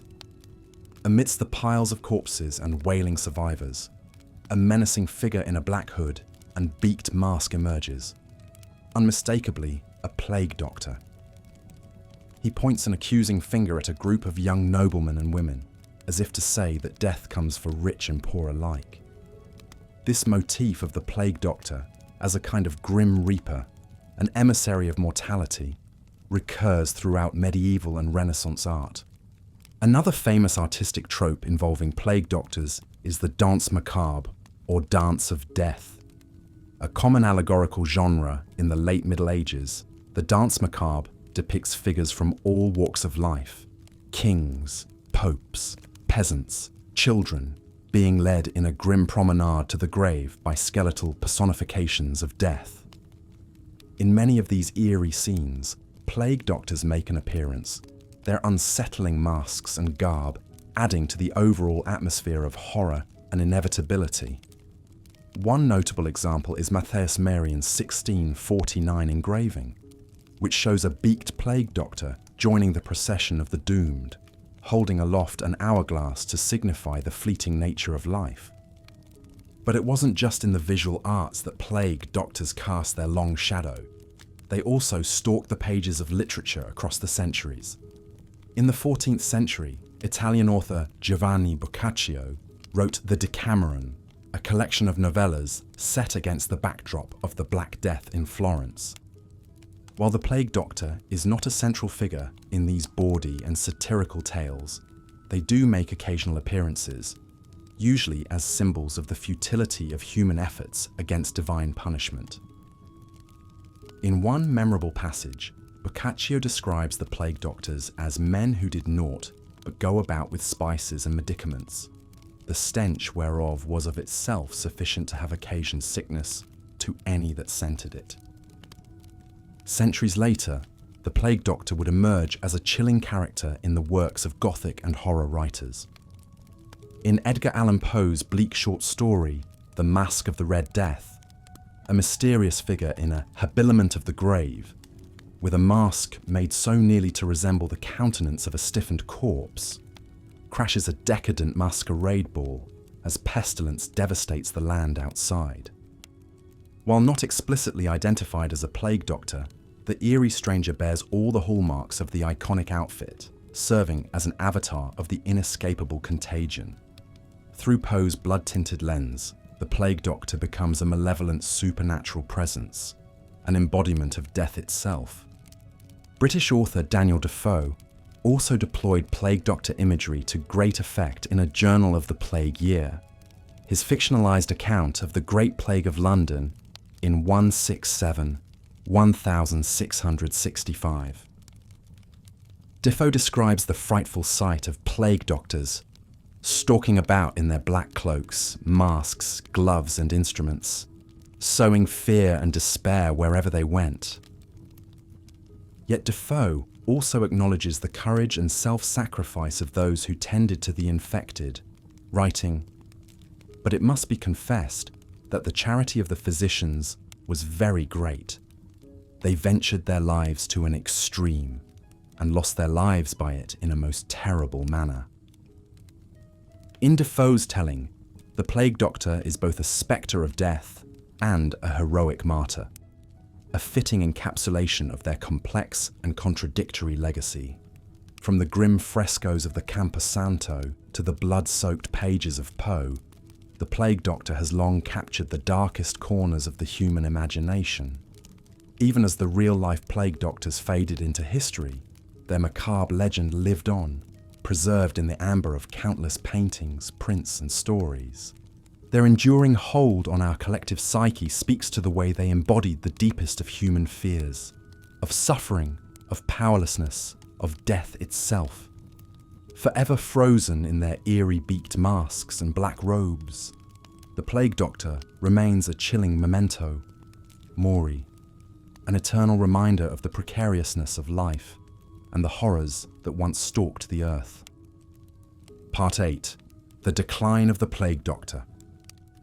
As the 17th century gave way to the 18th, the golden age of the plague doctor began to wane.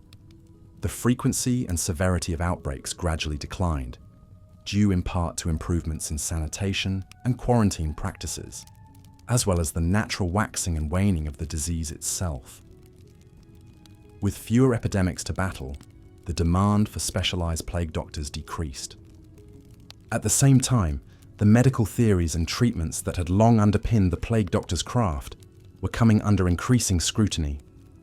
The ancient Greek system of humoral medicine, which held that illness resulted from imbalances in bodily fluids, was slowly giving way to new ideas based on empirical observation and scientific experimentation.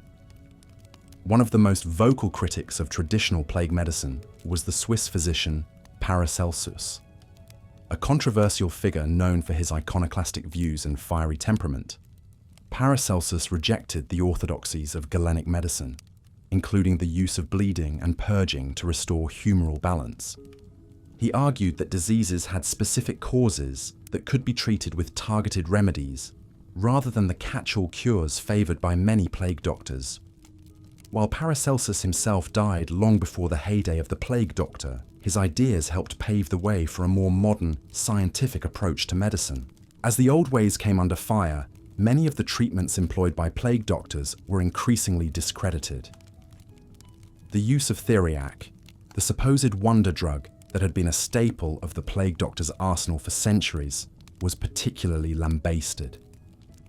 Critics pointed out that the concoction, with its dizzying array of ingredients from opium to viper flesh, was essentially useless against the plague, if not actively harmful. Other common plague doctor practices, like bloodletting and induced vomiting, also fell out of favour as their ineffectiveness and potential dangers became apparent. The iconic plague doctor costume itself, with its ominous beaked mask and waxed leather coat, was ridiculed as a relic of a superstitious and ignorant age. Yet even as the plague doctor's star faded in Western Europe, they lingered on in some parts of the world. In the more remote reaches of Eastern Europe and Russia, where outbreaks of bubonic plague continued to flare up sporadically, plague doctors could still be found plying their trade well into the 19th century. One of the last recorded plague doctors was a Russian by the name of Danilo Samoilovich, who battled outbreaks in the Ukraine and Crimea in the 1780s. Samoilovich was a forward-thinking physician who rejected many of the old superstitions surrounding the plague. He promoted the use of quarantine and sanitation measures, and even conducted early experiments with a form of inoculation, using dried pustule matter from plague victims. Yet even as Samoilovich worked to modernize plague medicine, he still clung to some of the trappings of the traditional plague doctor. He was known to wear a modified version of the beaked mask and protective clothing, and he subscribed to the theory that the plague was spread by miasmas, or noxious vapors.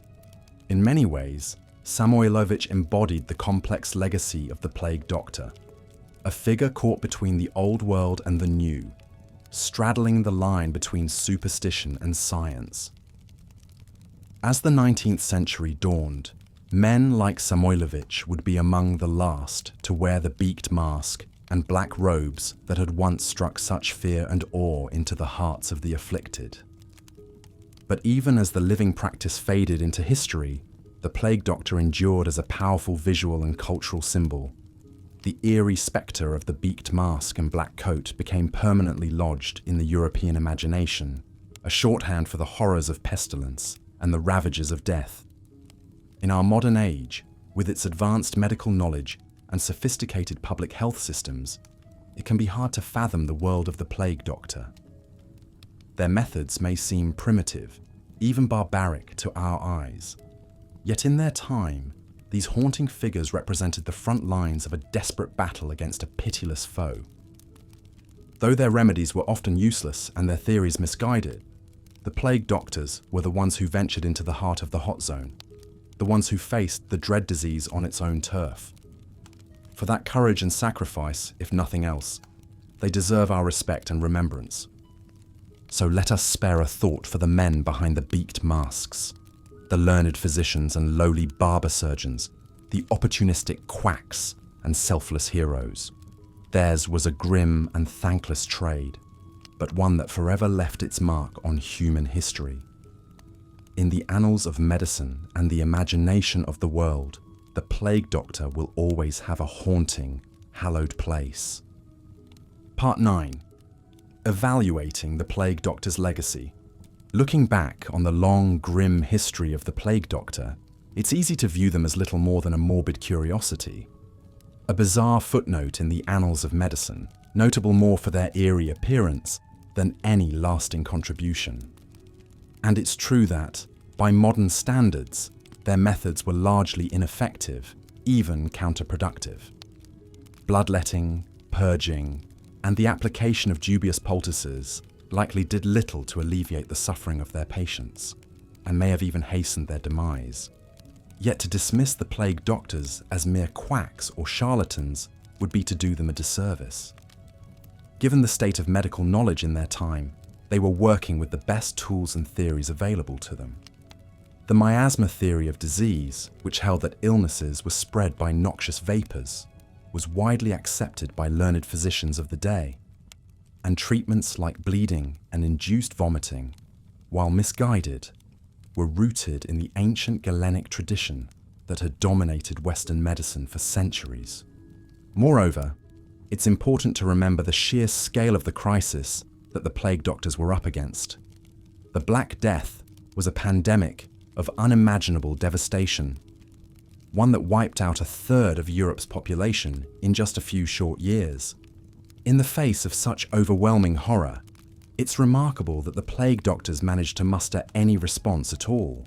In fact, the very existence of the plague doctor as a specialized profession speaks to a certain resilience and resourcefulness in medieval society. The idea that cities and towns would hire dedicated medical personnel to treat plague victims, at a time when most people had little access to formal healthcare, was a significant development. It shows that even in the darkest of times, there was still a flicker of hope, a determination to fight back against the ravages of disease. Of course, not all plague doctors were equally noble or self-sacrificing. As with any profession, there were undoubtedly those who were more interested in personal gain than patient care. The fact that many plague doctors were essentially independent contractors, hired on short-term deals with little oversight, undoubtedly attracted some unscrupulous characters looking to make a quick florin.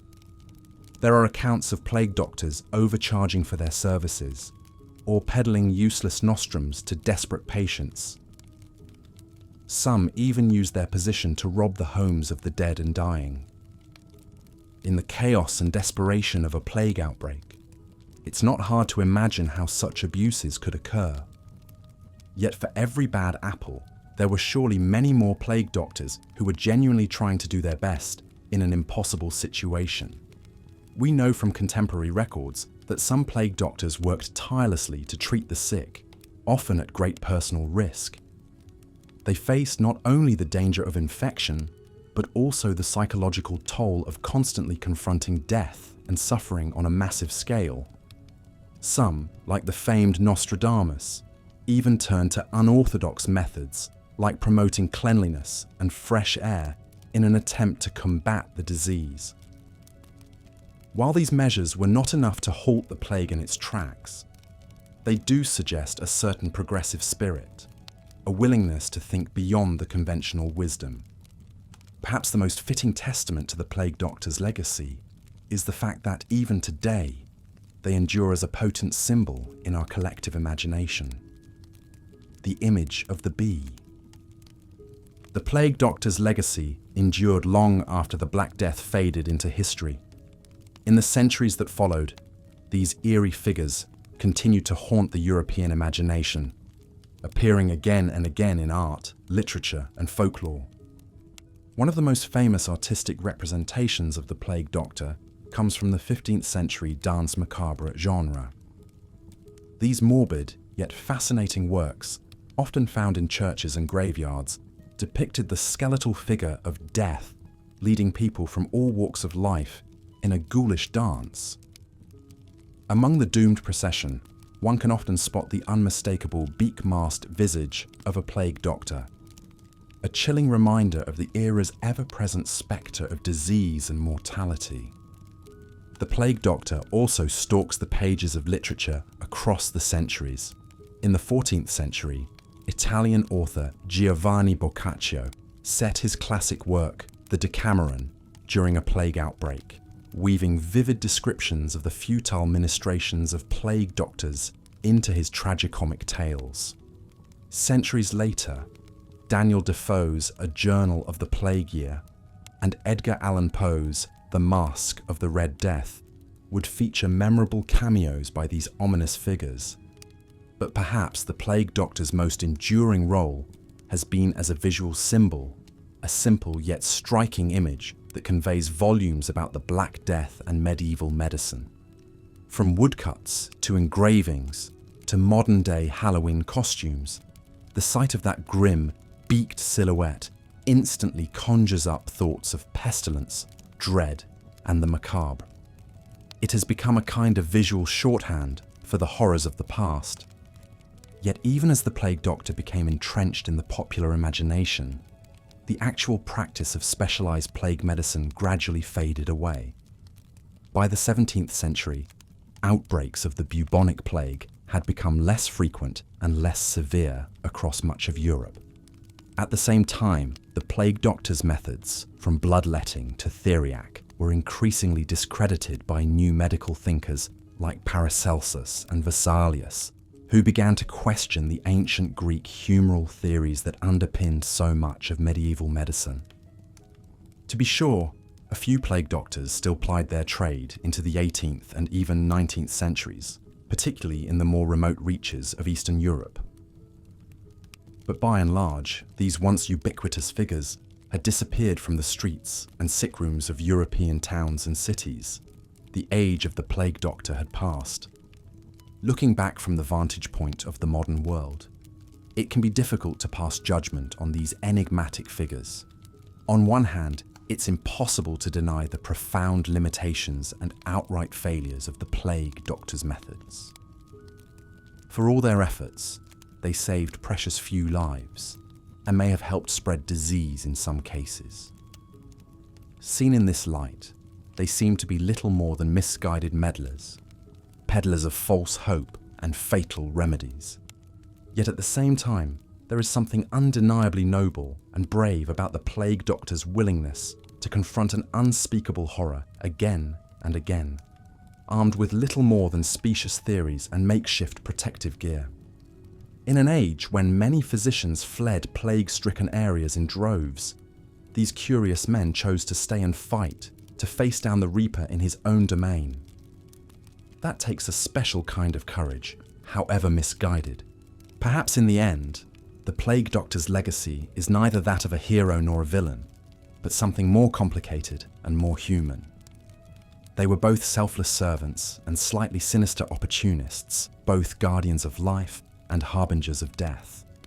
In many ways, they embodied the full spectrum of human nature during times of existential crisis, our capacity for altruism and avarice, for bravery and blunder, for determination and despair. And there may be lessons for our own time in the plague doctor's long, strange history. Today, as new pandemic threats like COVID-19 stalk the globe, we find ourselves grappling with many of the same challenges and conundrums that confronted our medieval forebears. We too are searching for cures and containment, for explanations and scapegoats. We too have our valiant frontline medics and our questionable quacks and profiteers. Most of all, perhaps, the plague doctor reminds us of our own fragility in the face of unfathomable catastrophe. For all our modern scientific and medical prowess, we remain deeply vulnerable to the whims of nature, to the ravages of disease. In times like these, the beaked mask begins to feel less like a historical relic and more like a mirror, reflecting back our own deepest anxieties about death, disorder, and the unknown. Yet even in the darkest days of the Black Death, humanity endured. People found small moments of joy, connection, and resilience amidst oceans of suffering. Today, as we don our own masks and confront our own invisible enemy, we would do well to remember that, because in the end, that may be the plague doctor's most enduring lesson, not how to cure disease, but how to survive it with our humanity intact. And so the plague doctor takes their place in the annals of medical history. A complicated and captivating figure, who still speaks to us across the centuries. A symbol of both the best and worst in human nature, of our unending battle against the spectre of death and disease. Though their beak mask and black cloak may seem alien and unsettling to our modern eyes, there is something strangely familiar about their story, something that echoes in our own time of pandemic and uncertainty. As we lay our heads down to sleep, perhaps we might spare a thought for these long-ago men and women who stared into the abyss of the Black Death and did not look away, who fought a futile battle against an implacable foe, armed with little more than faith, folklore, and a macabre fashion sense. Flawed and fallible as they were, there is a certain dark nobility in their doomed crusade. So let us bid good night to the plague doctors of old, secure in the knowledge that their strange and haunting story is not entirely a thing of the past. For as long as humanity faces the ancient enemy of pestilence, we will need courageous healers and seekers, however imperfect, to take up the fight anew. And in that sense, perhaps a part of the plague doctor lives on in us all, a grim but necessary reminder of our endless dance with death and disease. Lancing buboes was a common if grisly practice for plague doctors. A bubo is a swollen, painful lymph node, most often in the groin, neck, or armpit. During the Black Death, these grotesque buboes could grow to the size of apples. In the medieval humour system, plague doctors believed buboes were the body's attempt to expel excess blood and bad humours. Their solution was often to slice open the bubo with a razor to drain the foul substance. Some even used specially designed lancing tools and cupping glasses. It was a brutal procedure, painful, messy, and unsanitary.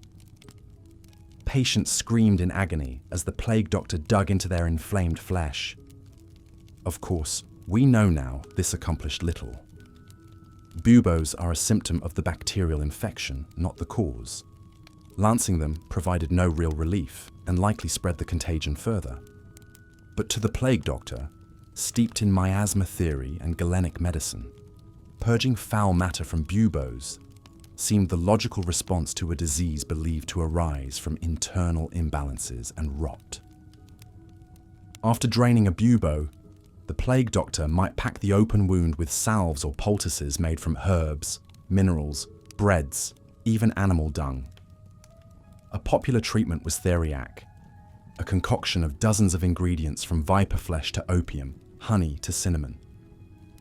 It was prescribed as a cure-all for everything from indigestion to the plague itself, though really it probably just numbed the patient into a drowsy haze. If buboes failed to appear, plague doctors took an even more aggressive approach, slicing into the flesh to essentially create an artificial bubo. The hope was drawing out bad blood near an infection site, like in the armpit.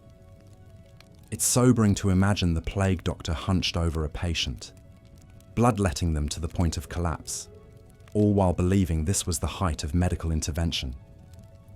For the sickest patients, unable to endure any more cutting and draining, the plague doctor might resort to extreme measures bordering on folk magic, applying live chickens or pigeons to buboes, smearing snake oil on the skin, brewing potions of ground unicorn horns and powdered gems, all while smoke from the ever-burning beak mask stung their eyes. There was likely no consolation or bedside manner. Plague doctors were discouraged from conversation with their patients lest they inhale the deadly miasmas. At most, they might offer last rites or scrawl talismanic symbols. For most, the looming plague doctor was the grim face of a losing battle, the final spectre before their disease ran its fatal course. Nostradamus, the famed French astrologer and seer, endured these harrowing conditions in his early career as a plague doctor. As a young man in the 1520s, he travelled through Provence, treating the afflicted. It's estimated he tended to hundreds of plague victims at great personal risk. One wonders what sights and horrors those eyes beheld, peering out from that eerie beaked mask. Did the great prophet foresee his own destiny, a life of fame and legend? Or in those grim days, did the world seem a meaningless carnival of suffering, with death playing a mocking tune? What we know is that Nostradamus emerged from the ordeal with a reputation as a skilled and selfless doctor. He even wrote a handbook called Traité des Fardements, detailing his hard-earned methods and remedies. His experiences also shaped his view of fate and the supernatural, the idea that unseen forces move human affairs, be they the stars above or the pestilence within. For the plague doctor, it must have been a surreal existence, trapped between the dying and the dead, the earthly and the otherworldly. They stalked the hazy borders of the known, a lonely figure fighting a metaphysical battle as much as a medical one. Steeped in sickness and dread, did some turn to mysticism, alchemy, and the occult out of desperation? Or as a source of grim comfort in a world unraveled by pestilence? Such was the strange mental and spiritual landscape of the medieval plague doctor, ministering at the edges of natural philosophy and morbid superstition, saturated in disease and death, confronting the limits of mortal understanding. Is it any wonder so many slipped into fatalism, madness, or magical thinking? After all, the plague seemed to obey no law of nature, erupting from the mists to decimate princes and peasants alike before receding into the shadows. Perhaps we can forgive the plague doctors their bloodletting and fumigations, their talismans and potions. They fought the unforgiving fight with the only weapons their world had given them: ancient texts, folk traditions, a doctor's mask, and simple human perseverance. Though they retreated further behind bizarre rituals and costumes, they still marched out to greet the Grim Reaper day after day, an army of Hippocrates meeting the apocalyptic horseman head-on. What emerges is a figure both unsettling and oddly heroic, a mirror held up to humanity's eternal struggle against the void. Their life was a dance macabre, a final waltz with oblivion. And though the age of the plague doctor has long passed, their spirit echoes through the centuries, a memento mori of the healer's burden and the fragility of flesh and blood. So let us give this strange spectre their due, not as saviour or charlatan, but as flawed avatar of all who would defy death.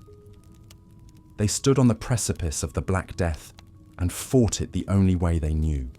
Their silhouette endures, eerie, tragic, darkly captivating, a shadow from a distant century, but one that still haunts the edges of our own. Part 4. Medical Beliefs and Treatments. As the plague doctor made his solemn rounds through the afflicted village, his attentions turned to the grim work of treatment. In an age before germ theory and modern medical science, the battle against pestilence was often a desperate struggle in the dark. The plague doctor, like most physicians of his era, practiced within the framework of the ancient Greek humoral theory of medicine. This venerable system, handed down from the teachings of Hippocrates and Galen, held that the human body was governed by 4 cardinal fluids: blood, phlegm, black bile, and yellow bile. In a healthy body, these humours existed in perfect balance. But when a humoral excess or deficiency occurred, the result was sickness and disease. The plague doctor's treatments, however strange and appalling they may appear to modern eyes, aimed to restore this delicate equilibrium. The most common weapon in the plague doctor's arsenal was bloodletting. Since antiquity, bleeding had been seen as an effective means to drain corrupt or excessive humours from the body. The plague doctor might open a vein in the arm or apply leeches to draw out the tainted blood. More aggressive bleeding targeted specific areas, like the neck, to treat the buboes that so tormented the afflicted. In a time without anaesthetic, one can only imagine the added anguish these gory ministrations inflicted on the suffering patient. Another favoured practice was the lancing of the buboes. The plague doctor would pierce and drain these grotesque swellings, thought to be concentrations of putrefied humours. The resulting wounds would then be cauterized with a red-hot iron or treated with an ointment of honey, garlic, and onion. For many, the agony of the cure rivaled that of the disease itself. Alongside these surgical horrors, the plague doctor also plied an array of potions, tonics, and unguents. Many aimed to induce vigorous purging, whether by sweating, vomiting, or diarrhea. The idea was to expel the noxious humours from the body by any means necessary. One popular preparation was theriac, a concoction containing dozens of ingredients, including viper flesh, opium, and myrrh.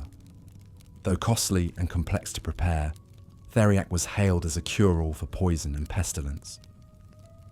Apothecaries did a brisk business concocting these dubious remedies. Gentler palliatives, like rosewater, violets, and comfrey root, were prescribed to soothe fevers and restore strength. But in truth, few of these preparations offered more than fleeting comfort against the ravages of the plague. Perhaps sensing the limits of their art, many plague doctors resorted to more metaphysical methods. They burned aromatic herbs like rosemary and frankincense, hoping the fragrant smoke would banish the pestilent miasmas. Holy relics and blessed amulets were placed on the afflicted, entreating divine intercession. Incantations and ritual gestures borrowed from folk magic and religious rite were performed over the sick and dying. Faced with the Black Death, a horror beyond human reckoning, the plague doctor marshalled every weapon at his command, from the cutting edge of medieval medicine to the deepest wells of superstition. In the flickering candlelight of the sick room, the boundaries between science, religion, and occultism blurred. The plague doctor fought as best he could, with all the tools of body, mind, and spirit. But too often, his best was not enough. The humoral treatments, for all their sound and fury, offered little more than false hope in most cases. The buboes still erupted, the fevers still raged, and the afflicted slipped away into the long, dark night of death. The plague doctor could only watch, helpless behind his ominous mask, as another soul passed beyond reach of his dubious cures. It is perhaps little wonder that the plague doctor became such a hated and dreaded figure. To the sick, he represented torment heaped upon torment, a grim reaper of bloodletting and boil lancing. To the healthy, he was an omen of doom, a walking reminder that none were safe from the pestilence. In a world unravelled by unimaginable calamity, the plague doctor was both a desperate hope and an avatar of deepest fears. As the doctor left the humble cottage and walked into the gloaming, his footsteps were dogged by the weeping of the bereaved and the groans of the afflicted. How many more would he treat tonight, only to consign to the flames come dawn? How long before the pestilence burned itself out, or consumed them all in its insatiable maw? These were questions without answers, in a time when the old certainties had crumbled to ash. The plague doctor could only continue his grim work, hoping that his efforts might save a precious few. In a dark time beyond human understanding, this was perhaps the most that any mortal could do. Part 5. The life of a plague doctor. To be a plague doctor in a medieval city was to inhabit a world of perpetual twilight and looming shadow. Each day brought a relentless procession of the sick, the dying, and the dead.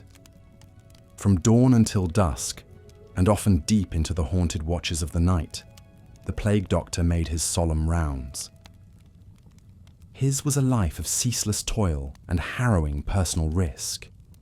While his macabre costume offered some meagre protection, every visit to an infected household, every examination of a plague-ridden body, invited peril. The plague doctor lived in constant fear that the very air he breathed, tainted by miasmas, might convey the pestilence into his own lungs. A plague doctor's day began with a visit to the town's alderman or health committee. Here he would receive his list of patients and his stipend, a princely sum that recognized the dangers of his work. Girded in his ominous regalia, he would set out into the labyrinth of narrow, winding streets. As he walked, the city's surviving inhabitants would shrink from him, turning their faces or making the sign of the cross. To them, the doctor's looming silhouette had become a chilling portent, an unwelcome herald of suffering and loss. Even children would flee at the sight of his beaked visage, his black cloak billowing in the fetid breeze. At each afflicted house, the plague doctor would pause, steeling himself before the horrors within. He would assess the suffering victims, examine the buboes, dispense his meager physic. If the patient had died in the night, he would inspect the ravaged body, searching for signs that might shed light on the disease's hellish workings.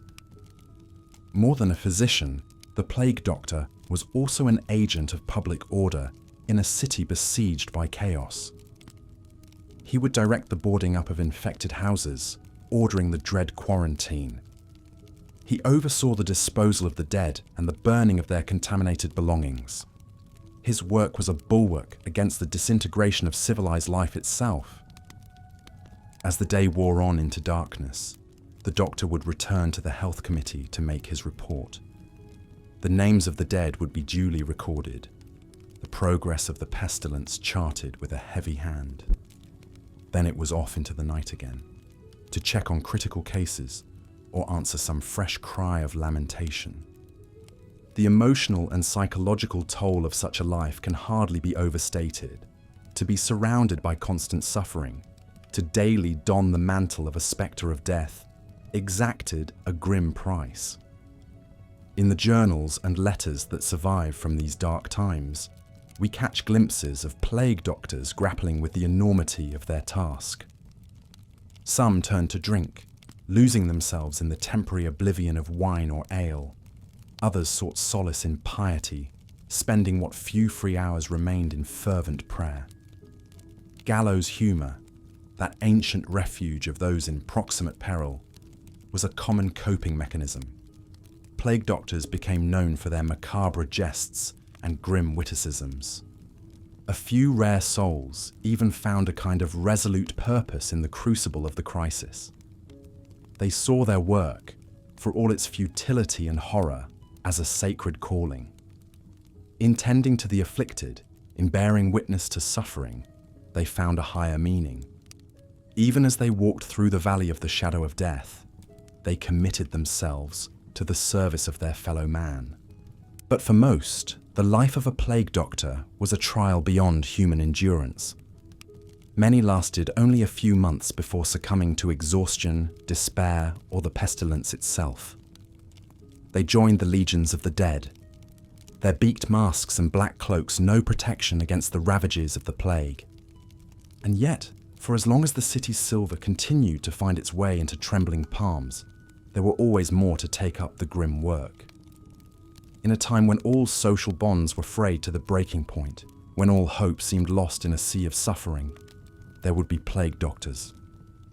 Through the worst of the medieval world's darkest hours, these haunting figures endured, part physician, part priest, part reaper, steadfast in the face of the unspeakable. As the sun set over the medieval city, an eerie figure emerged from the shadows. Clad head to toe in black oilcloth, with a wide-brimmed hat and a long beak-like mask, the plague doctor struck a chilling silhouette against the fading light. To the frightened citizens, huddled in their homes, praying to be spared from pestilence, this ominous spectre represented both their last hope and their worst fear. For the plague doctor himself, it was another long night of confronting the deadliest disease in human history. The life of a medieval plague doctor was one of unimaginable horror, hardship, and heartbreak.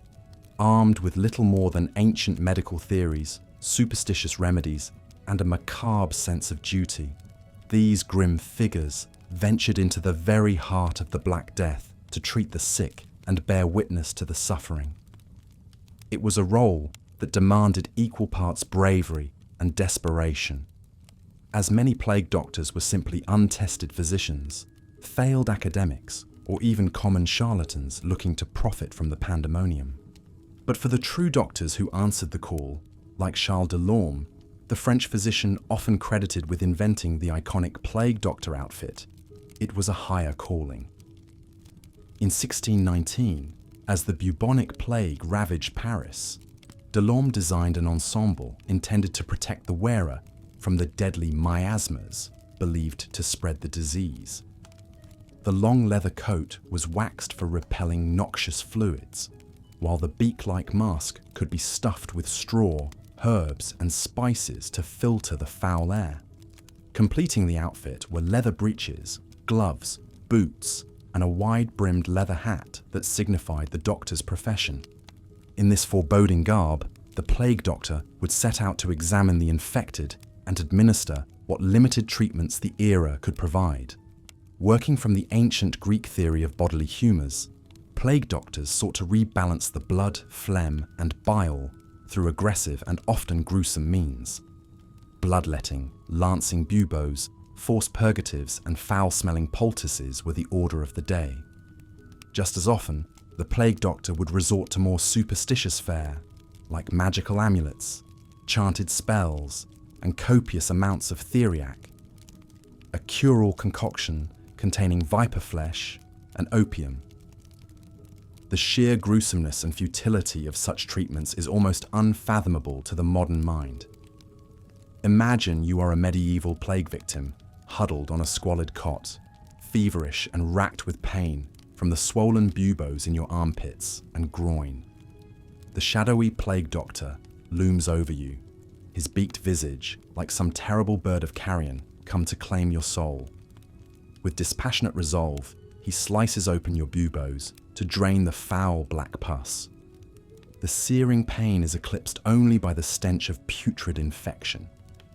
As your lifeblood oozes out, the doctor forces a vile tonic down your throat, chanting strange invocations. Your last thought, as darkness takes you, is that you have descended into hell. For the plague doctor himself, such harrowing scenes were a daily reality. The journals and records that survive from the era paint a grim picture of their lot. Nostradamus, the famed French astrologer and prophet, began his career as a plague doctor in the 1520s. For years, he travelled through France and Italy, treating the infected and studying the disease. His first-hand accounts speak of entire towns decimated, bodies piled in the streets, and a constant, oppressive spectre of death. I do not think that in the whole world there remained a single man who had not tasted the sadness and terror of the plague, he wrote. Other plague doctors coped with the unrelenting horror through more earthly vices. Many contemporary reports decried their fondness for drink, gambling, and lascivious behaviour. The famous engraving of Dr. Schnabel of Rome, an iconic image of the plague doctor, shows him carousing in a tavern, his beaked mask askew as he drunkenly regales the patrons with morbid tales. Such conduct may seem reprehensible, but for men confronted daily with the depths of human suffering, it was often the only way to retain some semblance of sanity. As the Black Death raged across Europe, claiming millions of lives, the plague doctor became an increasingly common and chilling sight. In art and literature, he emerged as a grim symbol of the era's mortality and dread. The famous danse macabre genre, which depicted skeletons leading townsfolk in a morbid jig, frequently featured the plague doctor among the revelers.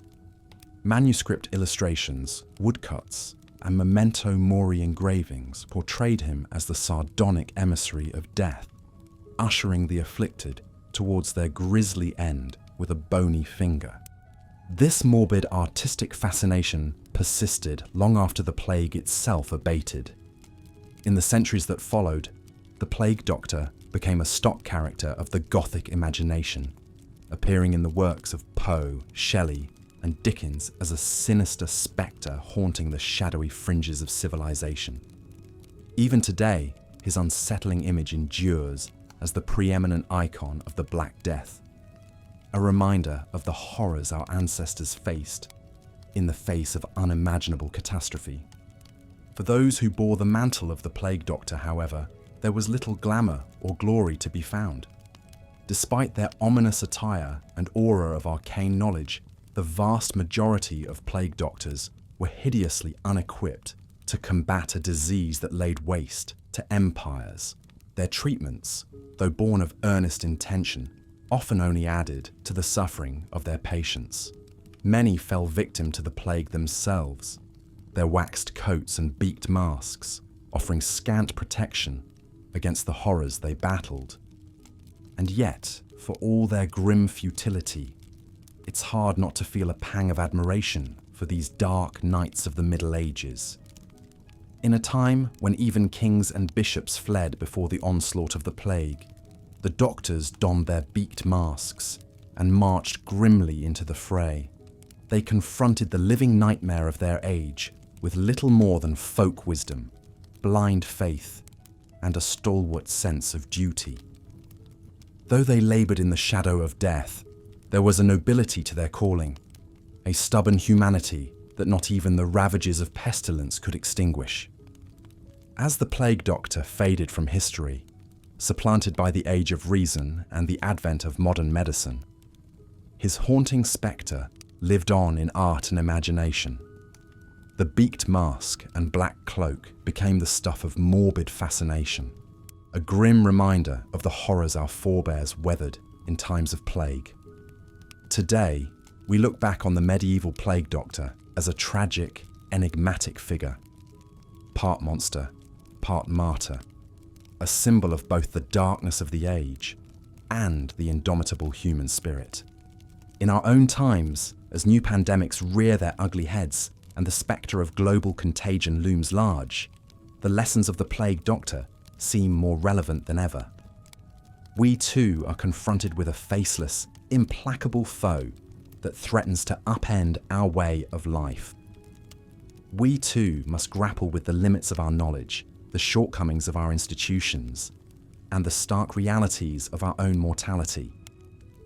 And like the plague doctors of old, we must summon the courage to confront the unthinkable, to stare down the abyss with unwavering resolve.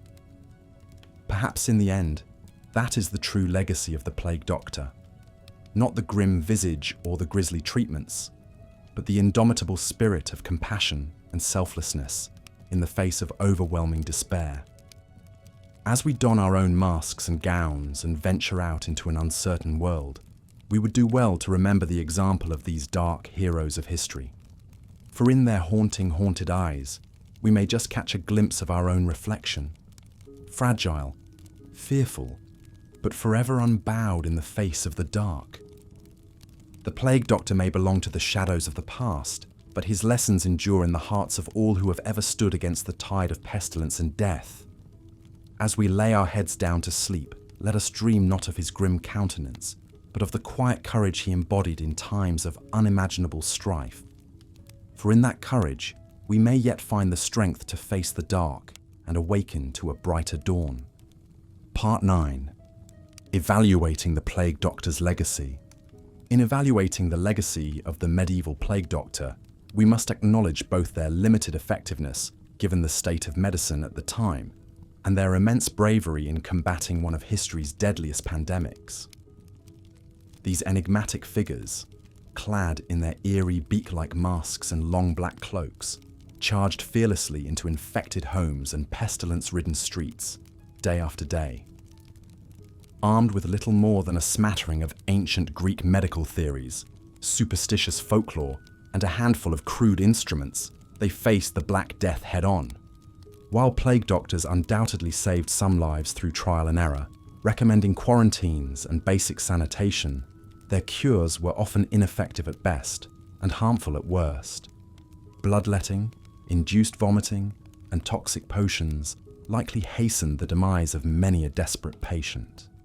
And yet, in an age of overwhelming dread and despair, the arrival of the plague doctor also represented a final glimmer of hope for the suffering masses. In many ways, these haunting figures embodied both the best and worst of how humans confront unimaginable crises. On one hand, plague doctors voluntarily waded into some of the darkest, most traumatic circumstances imaginable, offering care and comfort to the sick while risking their own lives. In an era when many physicians simply fled in terror, this selfless service in the face of horror was undeniably valiant. And yet, like controversial figures such as grave robbing, resurrection men, and traveling snake oil salesmen, plague doctors could also callously exploit people's desperation.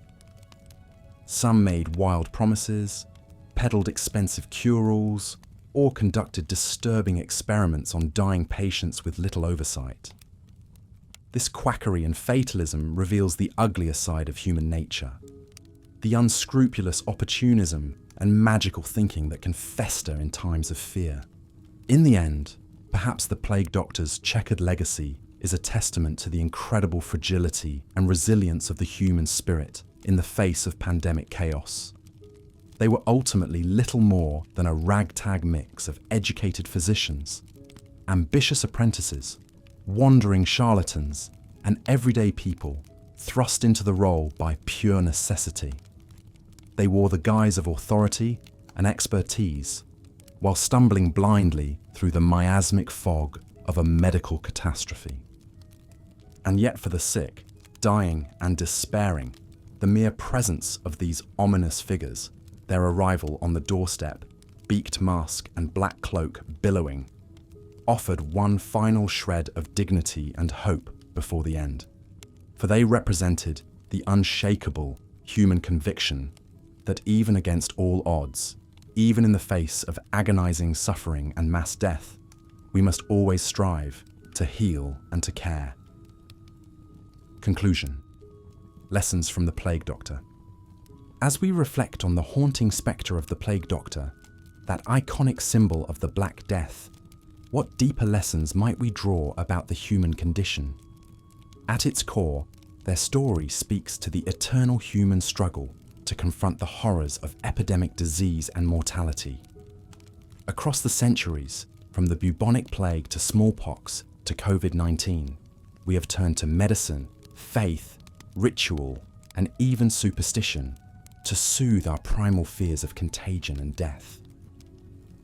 The Plague Doctor's eerie silhouette reminds us of our own fragility in an indifferent universe, how all our knowledge and sophistication can crumble before the humbling onslaught of nature's tiniest microbes. And yet, just as those haunted medieval streets once again return to the cycles and rhythms of life, humanity endures. Civilizations fall, pandemics rage, and yet we greet the dawn, scour our textbooks and laboratories, rebuild our cities.